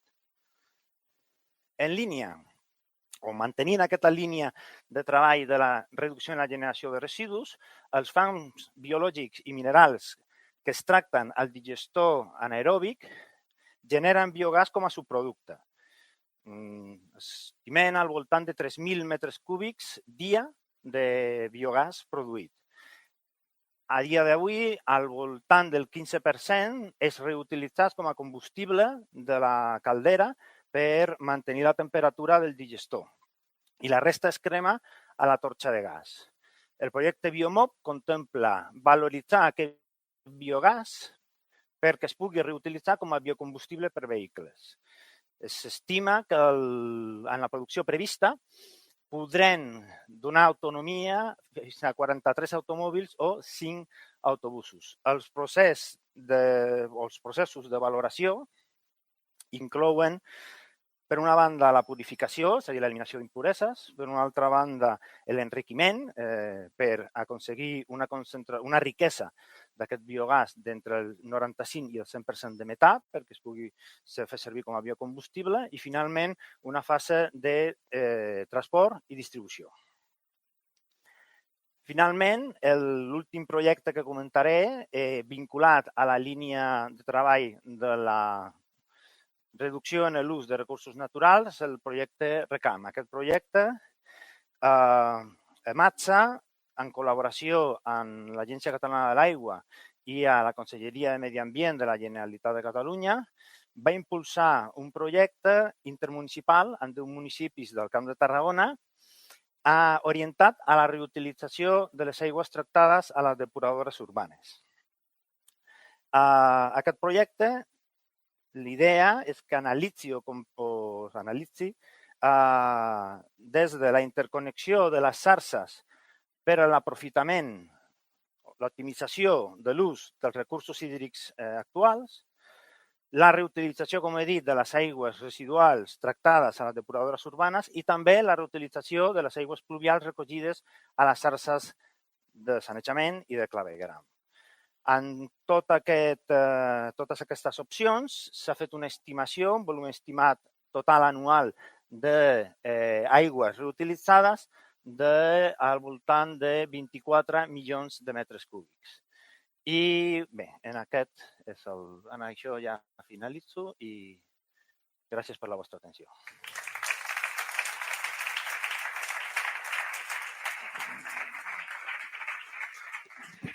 Perfecte, doncs moltíssimes gràcies, José. Penso que ha estat una mica l'objectiu de la jornada, per damunt de tots la resta d'objectius, era que sabéssiu què està fent EMATS en termes d'economia circular i penso que el José ho ha explicat molt bé. I hem deixat pel final, encarem l'última part de la jornada. Aquesta és l'última intervenció que hi haurà. Recordo que podeu fer preguntes quan acabi la nostra següent ponent, que és la Júlia García, La Júlia treballa a l'EITAT. L'EITAT és un centre d'investigació tecnològic amb el qual nosaltres hem començat a col·laborar recentment i aquest matí mateix, quan ella ha arribat, ja hem tingut una reunió perquè s'està plantejant un projecte sobre utilitzar elements ceràmics per millorar la qualitat organolèptica de l'aigua, etc. I la missió de la Júlia, que és la directora de la Unitat d'Economia Circular de l'EITAT, entitats com l'EITAT el que fan són una mica a la cuina o potser millor dit el laboratori de la investigació, no? Perquè totes aquestes idees s'acabin convertint en termes realitzables. Hi ha d'haver algú que prèviament inverteixi recursos, inverteixi matèria gris i persones que estiguin investigant i trobant sortides de tot això. Aleshores, ella ens explicarà una mica com tracten el tema de l'economia circular des de l'EITAT. D'acord? Quan vulguis, Júlia. Gracias por la presentación y por invitarnos a l'EITAT a cerrar la jornada de hoy. Sé que es muy tarde y además, he visto que han ido surgiendo conceptos en repetidas ocasiones durante las presentaciones de mis compañeros. Mi idea hoy, es explicaros realmente los fundamentos de la economía circular y cómo estos se aplican en el sector del agua. A mí me gustaría saber si realmente todos vosotros sabéis lo que es la economía circular. ¿Quién no sabe lo que es la economía circular? ¿Todos lo sabéis, más o menos? Perfecto. Perfecto, pues voy a intentar reforzaros algunos de estos mensajes y os voy a enseñar casos de éxito que, como comentaban, se encuentran entre lo que es la investigación que se está haciendo hoy en día en la universidad y lo que sería la aplicación real en la industria. ¿Vale? Os explicaré el concepto y os explicaré cómo se vincula con el agua y luego empezamos con estos casos prácticos. Sí que os quería explicar un poco que la economía circular no es algo... La terminología sí que es bastante nueva, creo que es desde 2010 más o menos que se está utilizando. Fue la Fundación Ellen MacArthur la que acuñó el término, pero al final en el trasfondo ya hay muchas cosas que se estaban haciendo, ¿no? La reutilización del agua, la recuperación de nutrientes, la valorización energética, pero sí que es verdad que todo esto que hemos ido haciendo se le ha dado un poco este término recientemente y ahora mismo ha aterrizado en nuestras vidas, ¿no? Al final todos podemos hacer algo en este sentido. Como comentábamos, uno de los objetivos que creo que tenemos todos hoy es que os vayáis de aquí con una mirada mucho más crítica hacia realmente si estamos haciendo todo lo que podemos hacer por preservar los recursos naturales del planeta y obviamente, como comentaba nuestro compañero, pues para mitigar dentro de lo posible el cambio climático. Sí que es verdad que hay algo que no podemos negar y es que cada vez hay más población. Aquí podéis ver que hay una estimación de crecimiento increíble. Vamos a estar en 8,3 billones de personas en 2030 y todo ello va a requerir de muchos más recursos, ¿no? Al final vamos a estar en zonas urbanizadas, vamos a tener mucha más actividad industrial, todo va a ser mucho más próspero y vamos a necesitar un 50% más de energía, un 35% más de alimento y un 40% más de agua. ¿Vale? Esto es importante porque estas necesidades van a estar y lo importante es ver cómo nosotros las satisfacemos, ¿no? Sin poner en peligro la integridad del planeta, ¿no? Si vinculamos al agua, ya lo hemos comentado anteriormente, realmente también estamos frente a una crisis del agua. Podéis ver un poco la figura. Es cierto que todos sabemos que dentro de toda la masa de agua que hay en el planeta solamente hay un 1% o menos de un 1% realmente que sea asequible para consumo.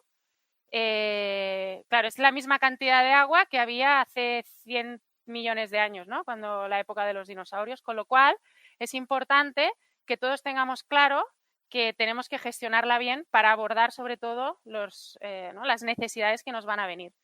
He intentado hacer una recopilación de estos datos que creo que son importantes para que os cale el mensaje. Al final, 1 de cada 10 personas no tiene acceso a agua potable, 2,3 billones de personas viven sin acceso a saneamiento básico y con el crecimiento que vamos a tener, 1,8 billones de personas vivirán en zonas de escasez de agua en 2025. Además, y también vinculado al cambio climático, el 90% de los desastres naturales están relacionados con el agua. Y además vamos a necesitar un 40% más. ¿Vale? Entonces, todo esto es importante que lo llevemos dentro y que lo tengamos claro en nuestro día a día. Mi compañero lo ha explicado muy bien, el concepto de economía circular. Os lo voy a volver a explicar. Creo que es importante que tengamos claro que este concepto aplica al sector del agua, luego lo veremos, lo hemos visto ya, pero es un concepto que se tiene que aplicar en todo. El concepto lineal está obsoleto en todos los sentidos. Hasta ahora, en todos los sectores industriales y en nuestro día a día, cogíamos los recursos, los utilizábamos y los tirábamos. Generábamos un residuo que además normalmente va a vertedero o a incineración, que tiene un impacto enorme en el medio ambiente y en la economía. Esto está completamente obsoleto. Entonces, el cambio de paradigma es importante porque lo que tenemos que hacer es desaprender muchas de las cosas que hemos aprendido. Es decir, no vale decir es que siempre lo hemos hecho así, sino que tenemos que desaprender y volver a aprender que es posible tener un nuevo concepto de todo. A nivel industrial es súper importante que cada vez que pensemos en obtener un proceso, un producto o en realizar un proceso o en generar un servicio, lo pensemos desde el principio de forma circular, tanto en el diseño como en el uso, como en las estrategias de reciclado. De esa manera vamos a preservar muy bien los recursos del planeta. Yo os quería explicar los 4 pilares básicos. Me voy a entretener un poco fuera del agua, porque creo que también es interesante que veáis algún ejemplo más, porque nos va a quedar muy claro realmente en qué consiste y cómo podemos generar valor de esto. ¿Por qué? Una cosa que no ha salido hoy es que es obvio que todo esto tiene un impacto en el medio ambiente y tiene que ser así, pero la idea es que generemos negocio a partir también de estas oportunidades. Es decir, ahora mismo, y luego lo voy a intentar explicar, una depuradora en sí puede ser, y como lo ha comentado la compañera, tenemos que ver más allá y ver las oportunidades que podemos generar para introducir productos de valor en otros mercados, ¿vale? Y esto es algo nuevo y que lo tenemos que empezar a pensar. Los 4 pilares básicos de la economía circular, el primero de ellos es desde la etapa del diseño, lo que os he dicho. En el momento en el que tú escoges desde los materiales a cómo ensamblas unas piezas, olvidémonos del agua ahora, el ejemplo del móvil es el más visual, ¿no? ¿Cómo diseño yo un móvil en origen para que cuando se me estropee lo pueda desmontar rápido, los materiales sean súper reciclables? Algunos los puedo volver a utilizar, otros no, pero se los doy a la empresa del vecino, que además los puede utilizar sin demasiado consumo energético, etcétera, etcétera. Entonces, la idea es, desde el principio, tener claro cómo lo voy a diseñar, ¿no? Las depuradoras del futuro se van a diseñar diferente a como están ahora.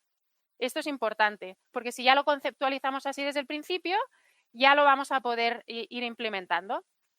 Nuevos modelos de negocio.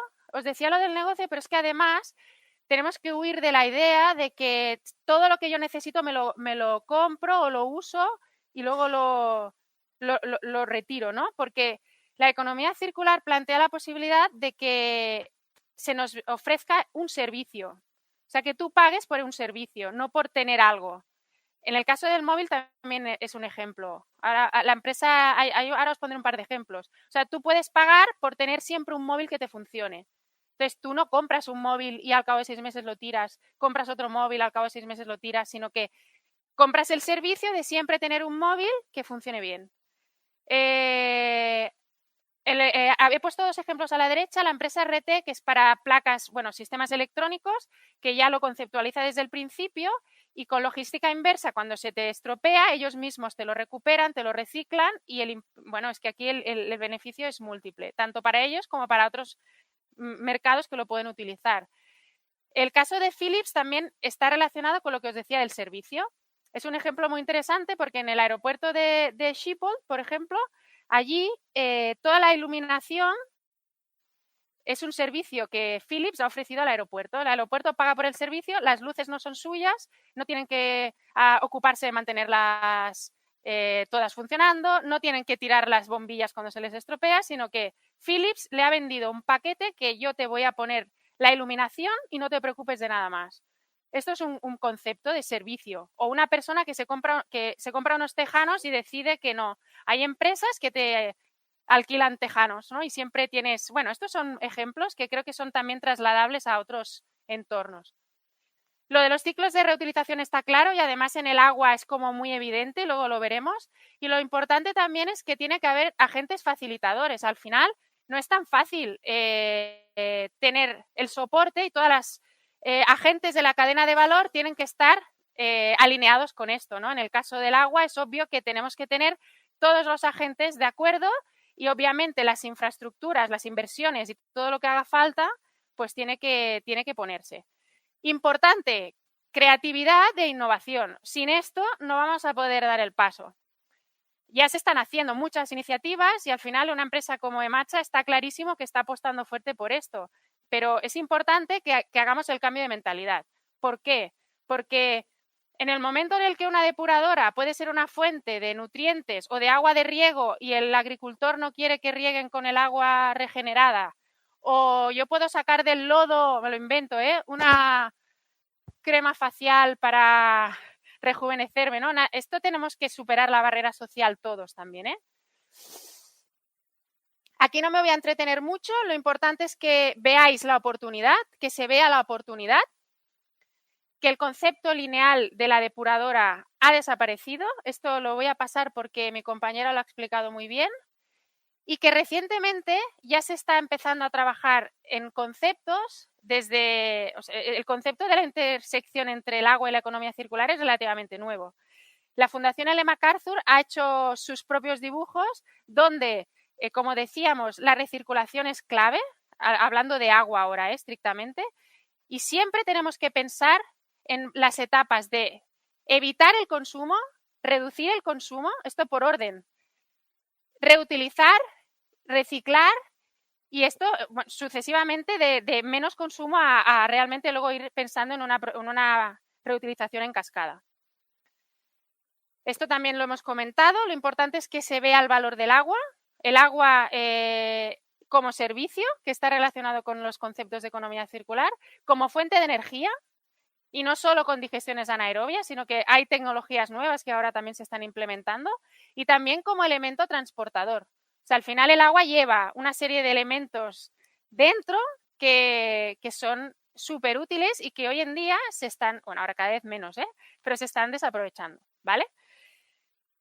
Los casos de éxito que yo os voy a explicar son más proyectos de I+D, pero os voy a dar 4 conceptos, hay 5 diapositivas para que veáis un poco cosas que se están haciendo y que se pueden hacer otras muchas más. Son proyectos donde nosotros estamos colaborando con otras muchas entidades, porque al final es obvio que todo esto se tiene que realizar en colaboración, ¿no? Uno solo no lo puede hacer. El primero de los proyectos que os quiero explicar está relacionado con el tema de los microplásticos. Ya habéis oído los microplásticos, palabra del año, ¿no? Creo de 2018. Al final, los microplásticos pasan a través de la depuradora o no. Algunos de los microplásticos se quedan en el lodo primario, otros en el lodo secundario, otros pasan al final, no lo sabemos. O sí, empieza a haber bastantes estudios. Nosotros estamos en un proyecto que está enfocado en el entorno textil, porque al final la mayoría de los microplásticos vienen de la industria textil, donde se está mirando de cuantificar dónde están los microplásticos, ¿no? A lo largo de las diferentes etapas de la depuradora. Y se están intentando recuperar estos microplásticos, que luego se le puede dar un uso o no. Se puede, hay gente que Adidas ha hecho unas bambas con microplásticos recuperados del mar. Y la idea al final es intentar minimizar el impacto de este contaminante que hay en el agua, aumentando un poco la calidad del agua, la reutilización y recuperando este producto con el potencial uso que se le puede dar, ¿vale? Y reduciendo el impacto medioambiental, obviamente, que genera en el ecosistema. Esto sería uno de los ejemplos que se podrían hacer en el ámbito de los contaminantes emergentes, como es el caso de los microplásticos. En línea con lo que comentaban mis compañeros también, un proyecto europeo, aquí hay como 23 socios y están implementando actuaciones en Valladolid, en varios demo sites en Valladolid. Aquí lo que se está haciendo es intentar renaturalizar la ciudad. Básicamente se están aplicando sistemas basados en la naturaleza, sistemas tipo wetlands, pero con una peculiaridad Y es que estos sistemas, que son bastante convencionales, se están hibridando con unos electrodos. Esto es un ejemplo, de manera que cuando se depuran las aguas grises o las aguas residuales de la ciudad, estos electrodos recogen electricidad que se genera en el proceso de oxidación de la materia orgánica. Y con esta electricidad se están planteando iluminar pequeños jardines o abastecer la energía que necesita un sensor pues, para medir el pH de la depuradora, ¿no? Entonces, es una manera de recuperar energía de un agua de forma distinta a cómo se estaba haciendo actualmente, ¿vale? Como os decía, el agua como fuente de energía es algo vital también. Esto es un ejemplo hemos visto el de la EDAR, esto es un ejemplo de renaturalizar una ciudad con zonas verdes y vincularlo con la energía. Os quiero enseñar ahora también otro proyecto donde lo que estamos haciendo es depurar el agua a nivel de edificio. Esto también está muy vinculado, está muy de moda también todo lo que es Smart City y demás. Es decir, no dejemos que el agua llegue a la depuradora, sino vamos a ver si en una comunidad de vecinos generamos un proyecto donde todos los flujos segregados en origen, o sea, se están separando las aguas grises de las amarillas, de las negras, las pluviales y demás. Se aplican diferentes tecnologías para recuperar al máximo el agua, nutrientes, energía y de forma cíclica hacer que el edificio en sí sea lo más sostenible posible. Este proyecto ha empezado hace poco, hay bastantes modelos de negocio asociados porque al final el usuario, el que vive allí no va a tener que preocuparse de nada, sino que el edificio le va a permitir vivir en un entorno, ¿no?, mucho más sostenible, la electricidad autosuficiente. Ya sabéis que esto es un proyecto de I+D y luego conseguiremos lo que consigamos, Lo estamos liderando nosotros Y es bastante interesante porque es a nivel de edificio intentar reconceptualizarlo, ¿no? Otro proyecto que también os quería explicar, ya me quedan 2 diapositivas, otro proyecto que también os quería explicar también está muy enfocado al tratamiento del agua de forma descentralizada. También en este caso en un edificio, pero aquí lo que se está haciendo básicamente es también segregar en origen todas las aguas, es decir, cuanto menos se junten, menos se diluyen. Y vamos a recuperar los nutrientes, tanto el nitrógeno como el fósforo, para hacer fertilizantes. Esto se está haciendo ya en muchas depuradoras. Se está pensando, ¿no?, en por qué voy a degradar los nutrientes o los voy a eliminar si los quiero recuperar, ¿no? Pues cuanto más atrás me vaya en el ciclo, más concentrados, menos contaminados y, bueno, son otros modelos distintos de trabajar. Y en este proyecto se recuperan los nutrientes y se aplican en agricultura, ¿no? Y así vamos de un sector a otro, de un mercado a otro, y es lo que os decía de generar valor económico también. Y por último, también está un poco relacionado con lo que hemos comentado antes a ver, en este proyecto es el más complicado, porque es un proyecto en el cual estamos intentando depurar el agua residual, generar metano a partir del CO2 del biogás, y esto lo hacemos disolviendo el biogás en agua residual y con un excedente, el excedente que se genera hoy en día en la energía renovable, a veces se generan excedentes que no se pueden, que no se consumen, ¿no?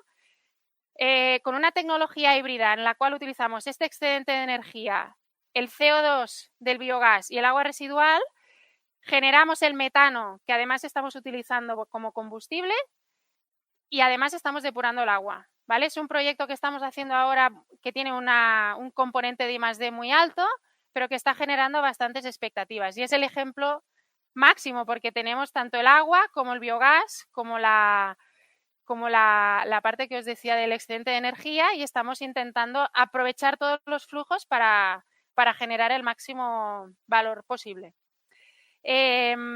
Hasta aquí os he puesto unos cuantos ejemplos. La idea es, como os decía, ¿no?, que os llevéis muy claro a casa que todos, tanto desde el punto de vista de compañía como cada uno de nosotros, podemos caminar hacia aquí y que hay en proyectos de cooperación y trabajando todos juntos con creatividad e innovación, pues podemos llegar a conseguir estos objetivos, ¿vale? Perdonad si he ido muy rápido,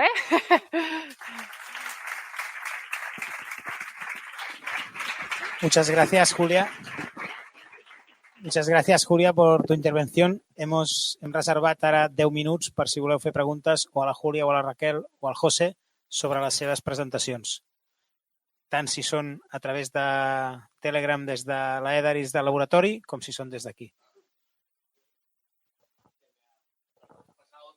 Por favor. Para la gente que... No, es que parecía interesante lo que decías final de depurar el... no te ha dejado. Referente a lo que decías de depurar el agua con el biogás. Claro, no te ha dado tiempo a informarnos suficientemente. Pero si lo he entendido bien, solamente haciendo pasar la corriente de biogás por el agua residual ya la vamos a depurar. No, lo has explicado muy brevemente. Supongo que te has dejado pues información. Sí, aquí lo que se hace... Sí. Vale, en este proyecto lo que se hace... no sé si habéis escuchado hablar de los procesos bioelectroquímicos. Es un proceso biológico que tiene electrodos, ¿vale? Y en cada de los electrodos hay bacterias y las bacterias degradan la materia orgánica. Entonces, lo que depura el agua es el proceso bioelectroquímico. Lo que ocurre es que si tú a la vez tienes una concentración de CO2 bastante alta en el agua, mientras unas bacterias te oxidan la materia orgánica, las otras te transforman el CO2 a metano. Entonces tienes como un doble proceso. Tienes la depuración del agua residual y por otro lado estás haciendo una mejora de la calidad del biogás que luego se implementará para el sector de transporte y demás. Este proceso requiere un aporte de energía y esta energía en este proyecto se plantea utilizar el excedente de energía de renovable, que a veces pues no coincide la oferta y la demanda, pues se queda un excedente de energía renovable que a veces no se utiliza o no se utiliza para estas cosas, ¿no? Por ejemplo, entonces es aprovechar un poco las tres necesidades en una. Es que lo he explicado muy rápido, lo siento. Vale.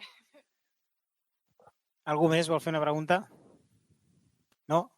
D'acord. Bueno, jo voldria agrair, i penso que ho puc fer en nom d'alguns companys, la predisposició dels 5 ponents, que ha estat fantàstica, han estat tot facilitats i ha estat un veritable plaer organitzar això i, a més, us volia agrair la qualitat de les ponències que heu fet, que realment ha estat fantàstica. I ara, per acabar, us deixo amb el Daniel, que tancarà la jornada.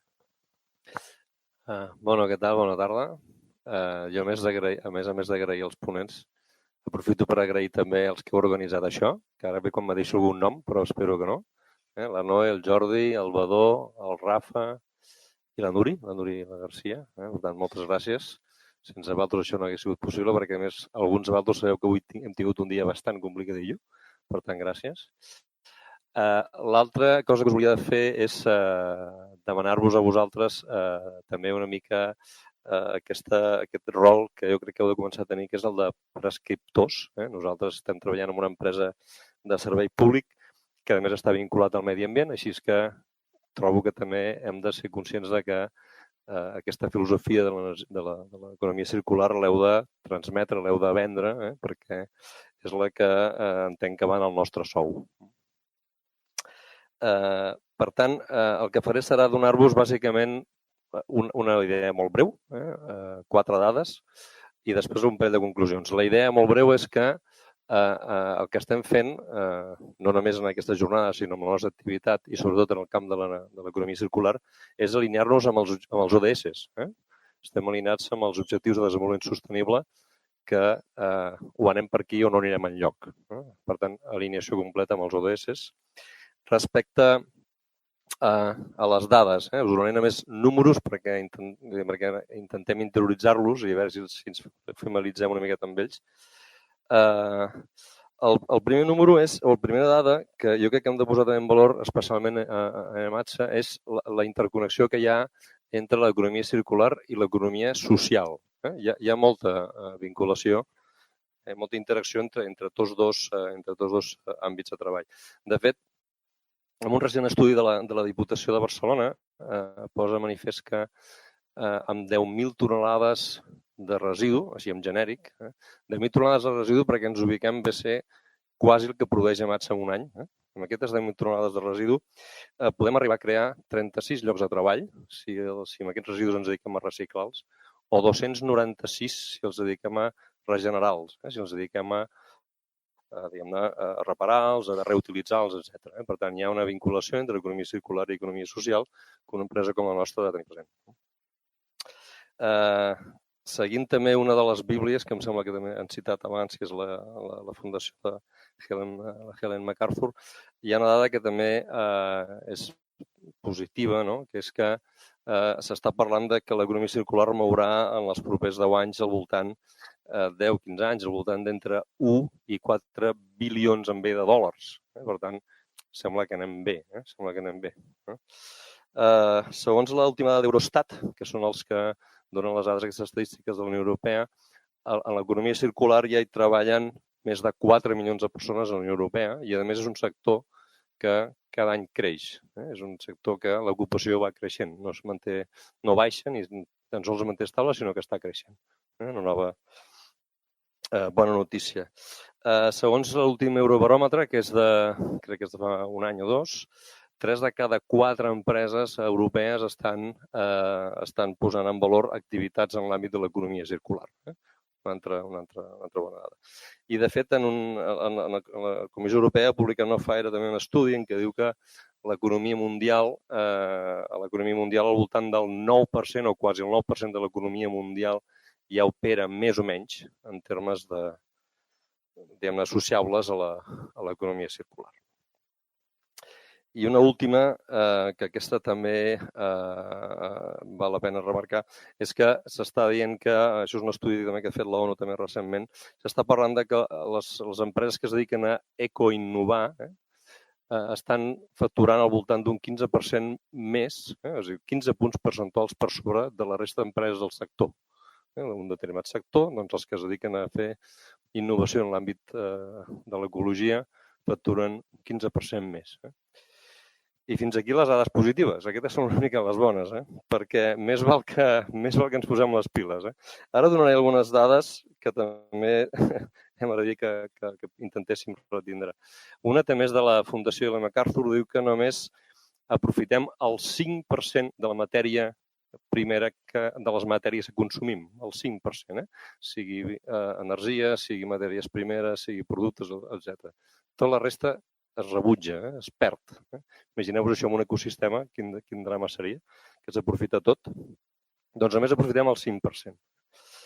Hi ha una altra dada, i aquesta ens la dona l'OCDE, que, per cert, es fa seu l'estudi aquest que està parlant de la 6ª extinció massiva, aquesta que diu que s'extingiran al voltant d'1 milió d'espècies, o extingirem 1 milió d'espècies, en les properes dècades. Doncs l'OCDE, no Greenpeace, l'OCDE, està dient que segurament les dades que ells tenen és que a l'any es dediquen 500.000 milions de dòlars a subvencionar amb fons públic activitats que van en contra del medi ambient. Per contra, només hi ha 50.000, és a dir, 10 vegades menys, de fons públics destinats a fomentar el medi ambient. I la pròpia OCDE també recorda i ha fet una estimació d'allò que suposa la biodiversitat en l'economia. Això de vincular la biologia i l'economia és una cosa que anirà més també. L'impacte que, segons l'OCDE, té la biodiversitat en l'economia, des de pol·linització en l'agricultura fins a disminuir els impactes de les marees amb els manglars, per exemple, les inundacions, etc., és de 125 bilions en B de dòlars. Això és el que estem posant una miqueta en risc. I per últim, aquesta me l'he copiat del Ginés, que deu estar al laboratori. Hola, Ginés. Me va sorprendre, jo sempre havia estat acostumat a això de les extincions en el camp de la biologia. Enguany és l'any internacional de la taula periòdica de Mendeleev. Doncs la UNESCO i la Societat Europea de Química ha publicat una taula periòdica on parla dels elements que s'extingiran al ritme que anem a final de segle. Entre aquests elements químics que desapareixerien de l'escorça terrestre hi ha l'arsènic, hi ha l'estronci, hi ha l'itri serveix per les pantalles dels telèfons, hi ha el gal·li, hi ha el germani, hi ha el telur, hi ha la plata, hi ha el zinc, hi ha un munt de minerals, un munt d'elements químics que s'utilitzen en un munt de sectors, des del sector aeronàutic, telecomunicacions, sector de salut, l'estronci també me l'he deixat. Tot això, al ritme que anem, aquest ritme que, com deia abans també la Júlia, la Júlia entenc que el José i tothom més o menys dit, no? Aquest procés lineal d'extreure i rebutjar, doncs amb aquesta filosofia de producció s'acabaran extingint. No? I aquesta sí que us demano, aquesta última dada, aquesta sí que us la preguntaré quan us vegi per la casa. El número d'ampolles de plàstic que es llencen per minut. Aquesta és una pregunta que us faré. 1 milió d'ampolles de plàstic que es llencen per minut. Que en el millor dels casos, suposant que hi contingui aigua i no hi contingui refrescos aquests que a més per la salut són horrorosos, són més o menys 100 vegades més cara que l'aigua de l'aixeta i, tenint en compte que estem en una jornada d'economia circular, 1.000 vegades, més o menys, amb un impacte, amb una petjada ecològica més gran. És a dir, en termes de CO2, agafar una aigua de Lluvia, de Tasmània, no sé on, i portar-la cap aquí, i fas el càlcul amb petjada de CO2, doncs, aquest ja no seria 1.000, aquest ja seria molt més. De mitjana, 1.000 vegades més contaminant. Per tant, 100 vegades més cara, 1.000 vegades més contaminant. Aquesta sí que és fàcil de recordar més. Per tant, una mica per concloure, sembla que és obvi que hem d'aconseguir desacoblar el consum de l'economia, hem de servititzar l'economia, no podem estar consumint sense ordre ni concert i no pot ser que l'economia estigui associada al consum de matèries. Això no pot ser, hem de passar de ser compradors a ser usuaris. I per acabar, i aquesta també és una frase que em va dir, em sembla que el Jordi no fa molt, te l'he canviat una mica, però Jordi, jo crec que hem de tenir clar que l'economia circular, per allò que dona voltes, potser no és el camí més curt, però sens dubte és el camí que ens portarà més lluny i que ens farà ser més resilient. Moltes gràcies a tothom.